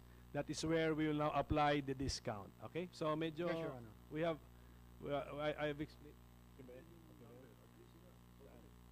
And then, Mr. Chairman, the COMELEC will agree that really the intention of the law, and we should clarify this now, 120 minutes per candidate. Mataas pa nga yun eh. 120 minutes per candidate, sir, but I think ang palaging nirereklamo sa amin, especially pag nagsusulat na kami ng implementing rules and regulations, is that it can get a little constrictive sa candidates, no? We have, in fact, in a certain election, applied that, pero the next election, sobrang dami nang nagrereklamo nga na ginawang per station para mas lumawak ng konti. Ang problema, Mr. Chairman, is that doon sa batas, wala ngang qualification kung ano yung reckoning point mo. Ano yung 120 minutes per candidate, per what? Again, so is it per station, and then there are different kinds of ads that cross over certain categories. Medyo maganda siguro kung kung ma-clarify You see, natin yun, No. Mr. Senator. You see, ito, ang COMELEC, kailangan kakampi namin kayo dito. Tingnan mo, Yes, sir. Agree ako dyan. 120 minutes per candidate, palagyan natin, per station, na sinabi ng Supreme Court dahil may nagpetition. Hindi ko alam kung sino Yes, yung po. mga nagpetition. Petition sa Supreme Court, yun daw batas, hindi mali daw ang interpretasyon. Ang interpretasyon dapat daw is, marunong pa sa aming mga author Kami nagsabi ng 120 minutes per candidate sila nagsasabi 120 minutes per station. Palagay natin. Okay, 120 minutes. Let's take Channel 2. Andito ABS Magkano yung average cost ng 30-second there in the 2016 election? Average cost. Hindi ko Almost yung 1 million. discounted. 1 million Meron, sa prime time, 1 million Yes, sir. Di ba? O 1 million, 120 minutes, ilang 240 million. Yes, sir. No? Sa Channel 2 pa lang yun. Yes. More or less, ganun din sa Channel 7, baka mas mura ng konti. Pagpalagay mo ng ganun din, 240 million. 480 million na. Magkano limit ng isang kandidato? Actually, Mr. Chairman, yun nga po yung point doon. Meron kang limit na broadcast airtime, pero meron ka ring spending limit. Kaya nga, the spending limit is still the what? Noong 2016? 10 pesos. 5 pesos per candidate. Yes, sir. For President, 10 Sa pesos. Senator? Sa Senator? Senator, 5 pesos. 5 pesos per candidate. 3 pesos if you have a political party, 5 pesos if you're an independent. That's per voter. Okay, so 5 pesos Right. per voter. Opo. And how many voters? In 2016, around 56 million. O, palagay mo, 56 million. 56 million, 5 pesos times 56. Malaki. Hindi.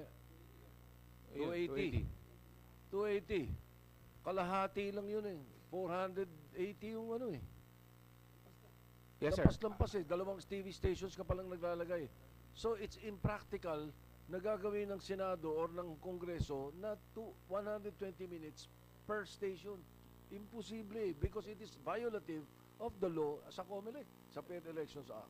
Mr. Chair, as far as the COMELEC is concerned, syempre, of course, we support your efforts towards this. But I would like to point out also that that is the responsibility of the candidate. Yung candidate ang magtitimpla ng expenses niya kung saan niya gusto ilagay yung pera. Just because you have a 120 minute limit, hindi ibig sabihin sasagarin mo yon or kailangan mong sagarin. So, it really depends on how the candidate chooses to use his campaign funds and where to place the expenses. So, ang point lang po is that, I think ang point lang ng decision was that mabigyan ng freedom yung kandidato na mag-decide. Kasi kung 120 minutes sarado, as in that's it, that's all, considering the number of broadcast areas, the number of stations, the number of possible outlets, marami silang mami-miss out na hindi nila malalagyan ng placement. I think yun po yung argumento noon. And that ultimately, even if you have 120 minutes to use up, you don't have to use them all up if it's outside of your budget. Just amend your statement, Director Jimenez, when you said kandidato, leave it to the candidate na siya mag-decide. Dadagdagan ko yung, amendahan ko yun. Hayaan mo yung kandidatong mayaman ang mag-decide. Yun ang ibig nating sabihin, ano? Lahat naman po ng spending limit ay ultimately pabor sa mayamang kandidato.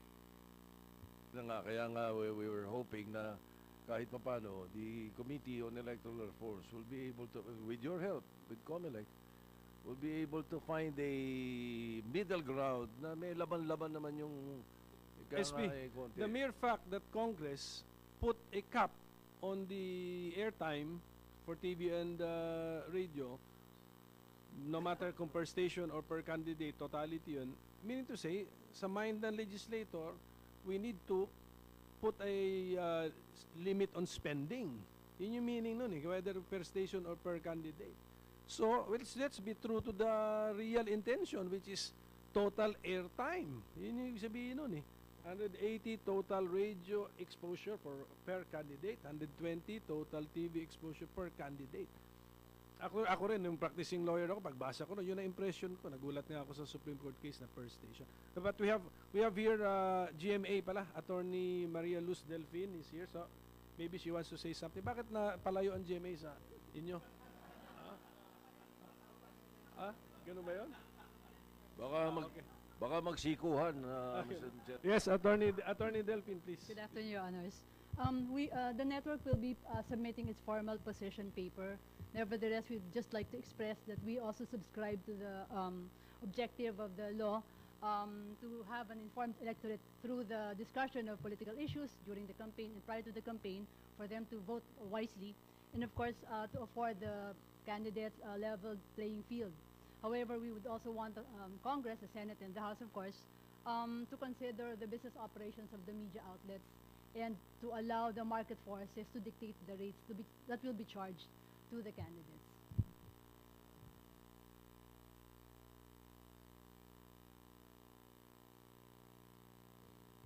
Market forces will dictate the published rate. Then the law will mandate the discount from the published rate. To prevent this artificial spiking or the suspicion of spiking the year before, we will average it for X number of years. Ma'am, that's the plan. Is the plan acceptable, ma'am? Ganun ang plan. Yes, Ms. Ako.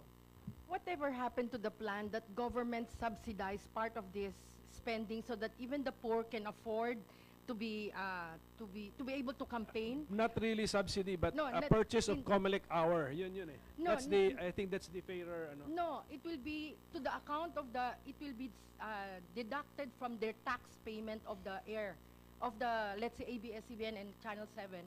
They can credit that airtime that they give free to, let's say, 100 candidates, a certain amount of time, if that can be inserted in the law, so that even the poor people can afford to be in the television. We will study that. But one approach also is the comelec hour. At least meron din ang poor na exposure na. Pero ando pa rin si Rich. Kasama pa rin yun kasi hindi sila dapat mag-discriminate. But we will study. There is no pending bill about that. There is no.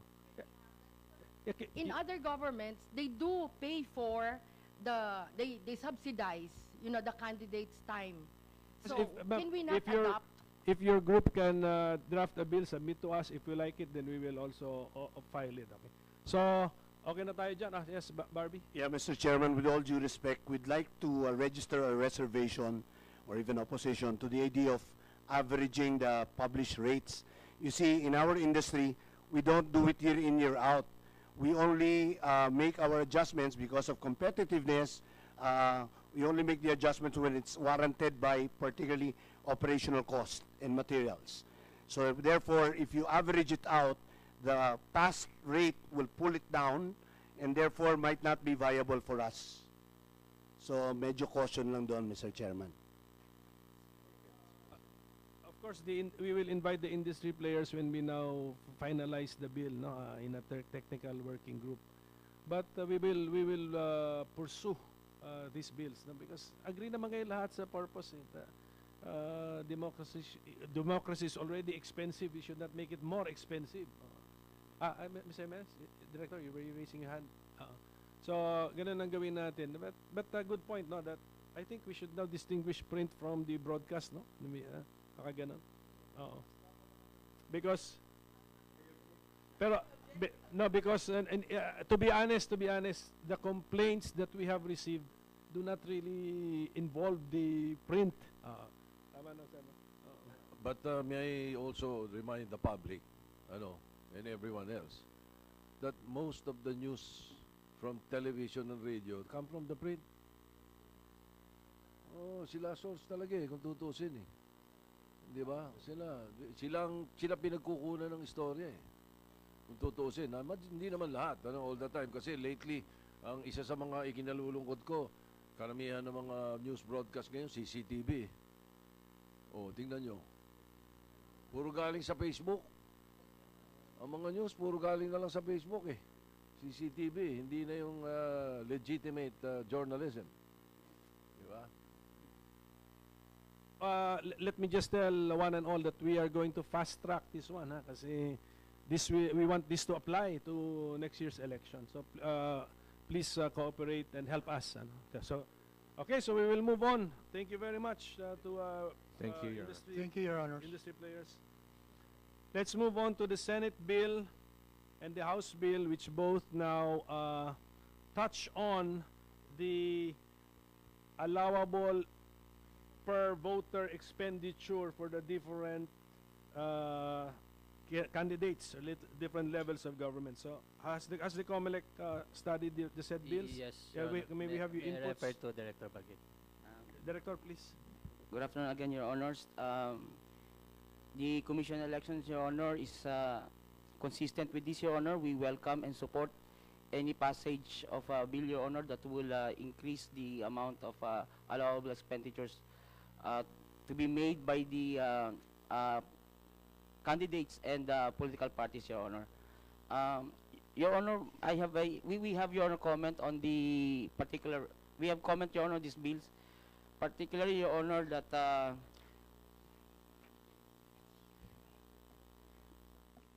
Your Honor, we are requesting, Your Honor, an insertion of provision that the Commission on Elections have an authority, Your Honor, to revisit or look into this amount, Your Honor, for a period of, for example, Your Honor, 3 years or every 6 years. Your Honor, yes, sir. Your Honor, this is like the same authority, Your Honor, that you granted to the Commission in extra law, wherein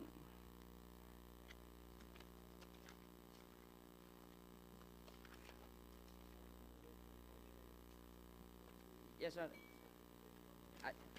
Your Honor, in Republic Act number 10756, an act rendering election service non-compulsory for public school teachers, authorizing the appointment of other qualified citizens, Section 4 thereof, Your Honor, which allows the Commission to review in consultation with DepEd every 3 years, Your Honor, from the effectivity of the law, the amount of the honoraria to be given with the members of DepEd.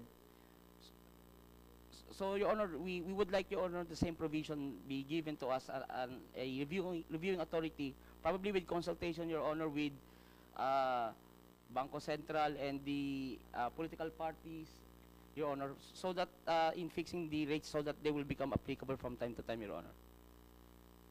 So, Mr. Chair. let the law fix a new rate, and then after a certain number of years, it will now be the COMELEC which should adjust. Yan ang inihingi ninyong power. Kasi sa ang nangyayari, Mr. Chair, if I may, Yes, Mr. Chairman. kung hindi continuing, natetenga yung amount. So, same with ESRA, binigyan kami ng authority na i-assess namin from time to time. So, every 3 years, pwede namin taasan yung honorarium ng mga teachers.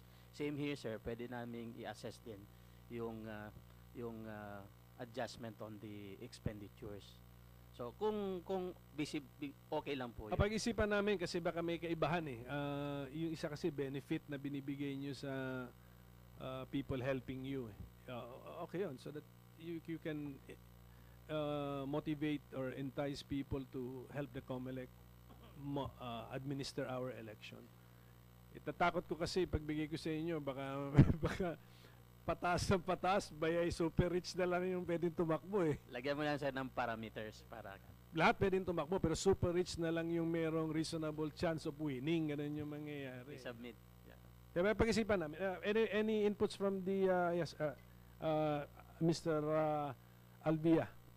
Yeah, I think, Mr. Chair, in the technical working groups and previous hearings, there was a talk also of at least adopting CPI for the 3 years. It's absent in these bills.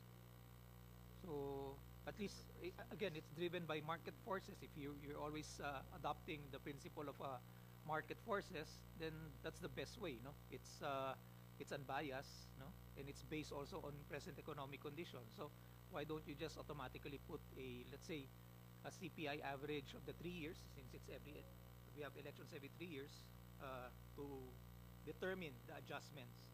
But then I agree that there should be a base year. No? And it will be COMELEC to announce the new rate following the formula in the law. Correct. But So at least ganun, there's a same criteria. na, same na sa There's a hinihingi nila. criteria that it's based on the CPI. So that is, they're agreeing with you. But may cap, no? Merong hindi lang free na ano, but CPI. Okay. Any other comment? Yes, Mr. Casiple. Mr. Chair, I would like to support the proposal for a 3-year review. Well, it's already in a separate bill actually on the political party reforms. And the CPI is the best way to adjust. I would also like to support the idea in the bill to increase across the board the spending limits, both of the parties and individual candidates, precisely because the last time that we did that was more than almost 30 years ago.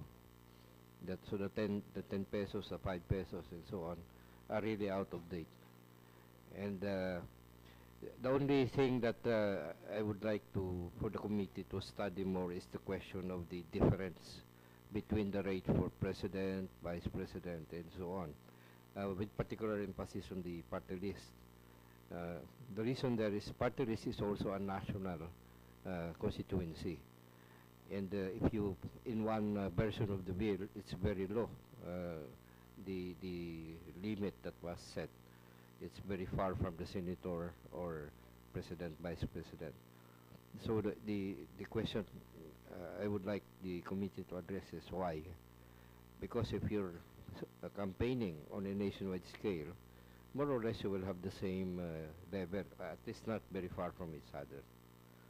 And the third comment that I had is that this bill should be reviewed later, particularly in the light of a possible political party reform bill, where we envisioned that many of the spendings actually will be done by parties, not by individual candidates only. What I mean here is that there may come a time when the spending limit for a specific candidate is not that important compared to what the party will be spending. But I think the bill has a very laudable objective here to make realistic what is otherwise now being actually violated in practice. And the COMELEC, I think, is finding it hard to implement the campaign finance regulation, precisely because there is an unrealistic level that is currently set. Actually, I worry more about the local candidates. You have 50,000 voters, you're running for mayor, you are allowed 150,000 pesos. And then you comply with the law, you file a SOSE stating that you did not exceed 150,000 pesos. So the law now forces our people to lie. Pagdating sa senator, kaya naman eh. In my case, 150 million, di man ako maaabot talaga na 80 million, 90 million, kaya naman eh. Pero sa local, mas kawawa. And they all file SOSE under oath. Any other comments? So sa details lang po tayo. It's in the details now. The actual amounts plus the CPI mechanism, no, is requested by NAMFREL. Are you speaking for NAMFREL, Eric? So any other comments? Yes, Mr. Chairman. Sir, pwede ba kaming humingi din ng tulong, sir? Because right now, the Campaign Finance Office is merely a de facto office within the COMELEC. Maybe we can discuss this with the TWG. Maybe you can help us na gawin nating department, sir, para mapondohan yung pag-create ng Campaign Finance Department within COMELEC. Kasi parang de facto kami, sir. Wala kaming plan.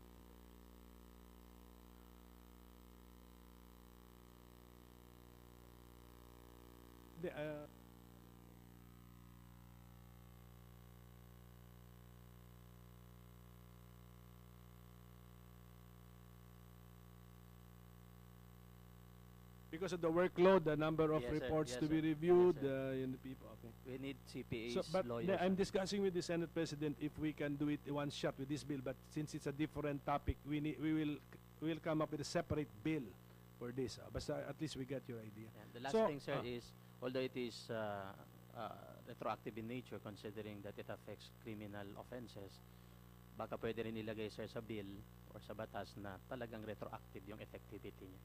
Para klaro ba, sir? Kasi yung mga pending, kapag na-approve yan, we will dismiss it.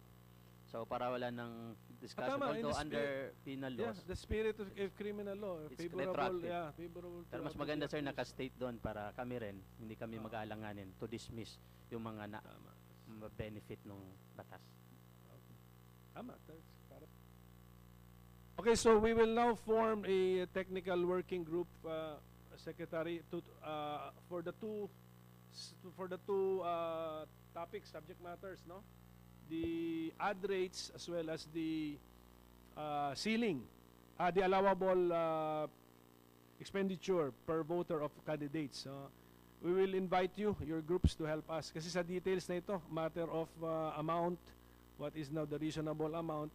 Siyempre, may kanya-kanya tayong basis kung ano yung reasonable amount. Even siguro yung original amount was just also plucked from thin air but using some assessment. So magtulungan po tayo rito. The committee secretary will inform, of course, the COMELEC and the NGOs as far as the MON, sa tulong kayo doon, as far as the allowable amount to be spent by candidates, and then the industry players in the broadcast TV and print for the other bills. So any other matter, Mr. Senate President? Thank you, Mr. Chairman. First of all, congratulations.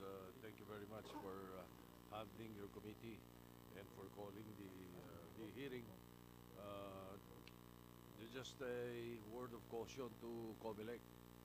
If there's a way you can scare smartmatik, do so. If not, I tell you, I don't trust them. And you have to watch out in the 2019 elections. I think it's a very fair warning to you. Diba? Hindi parehas yan. So in addition to your official response to the issues raised in the privilege speech of the Senate President, I will adopt now the suggestion of Attorney Chong for you to submit raw log. The raw logs. The raw logs, hindi daw yung printed kasi pwede daw galawin yun eh. Start submitting raw logs specifically relevant to the privilege speech. Yung May 8, ano the early transmission. So May 8 and then May 9 ng before 7 p.m. ba nag-close noon. So yun yung relevant na time eh. Okay? So raw logs in addition to printed copies. Yes, ED. Sir, may we also request for a copy of Attorney Chong's presentation so we know what he's talking about? The committee will require him to yung PowerPoint niya lahat. Yes, to give it all to you. And finally, sir, for the ads, kung pwedeng isama sa TWG yung sign language para maging inclusive yung ating mga ads for TV. So, ano idea niyo, sir? That kasi ang ad candidates ang gumagawa ng content eh. So to require now the candidates na yung ad nila may sign language na doon. That's a good point. Pwede pa nga rin meron siguro rin ang tawag mo doon. Closed captioning, ano? Yeah, the good point. I think that is germane to the subject matter. We can add that, no? So can you the COMELEC will also sit in the TWG, and can your representative champion that, please, that point? We will do that, sir. Yes, sir. Okay, so one last appeal to the COMELEC. Please learn from our past experiences. Wag na po paulit-ulit. Okay, so one appeal lang kasi, and then we see you again in the JCOC on the AES August 6. So thank you very much, everybody. Magandang araw po sa inyo lahat. The hearing is hereby adjourned.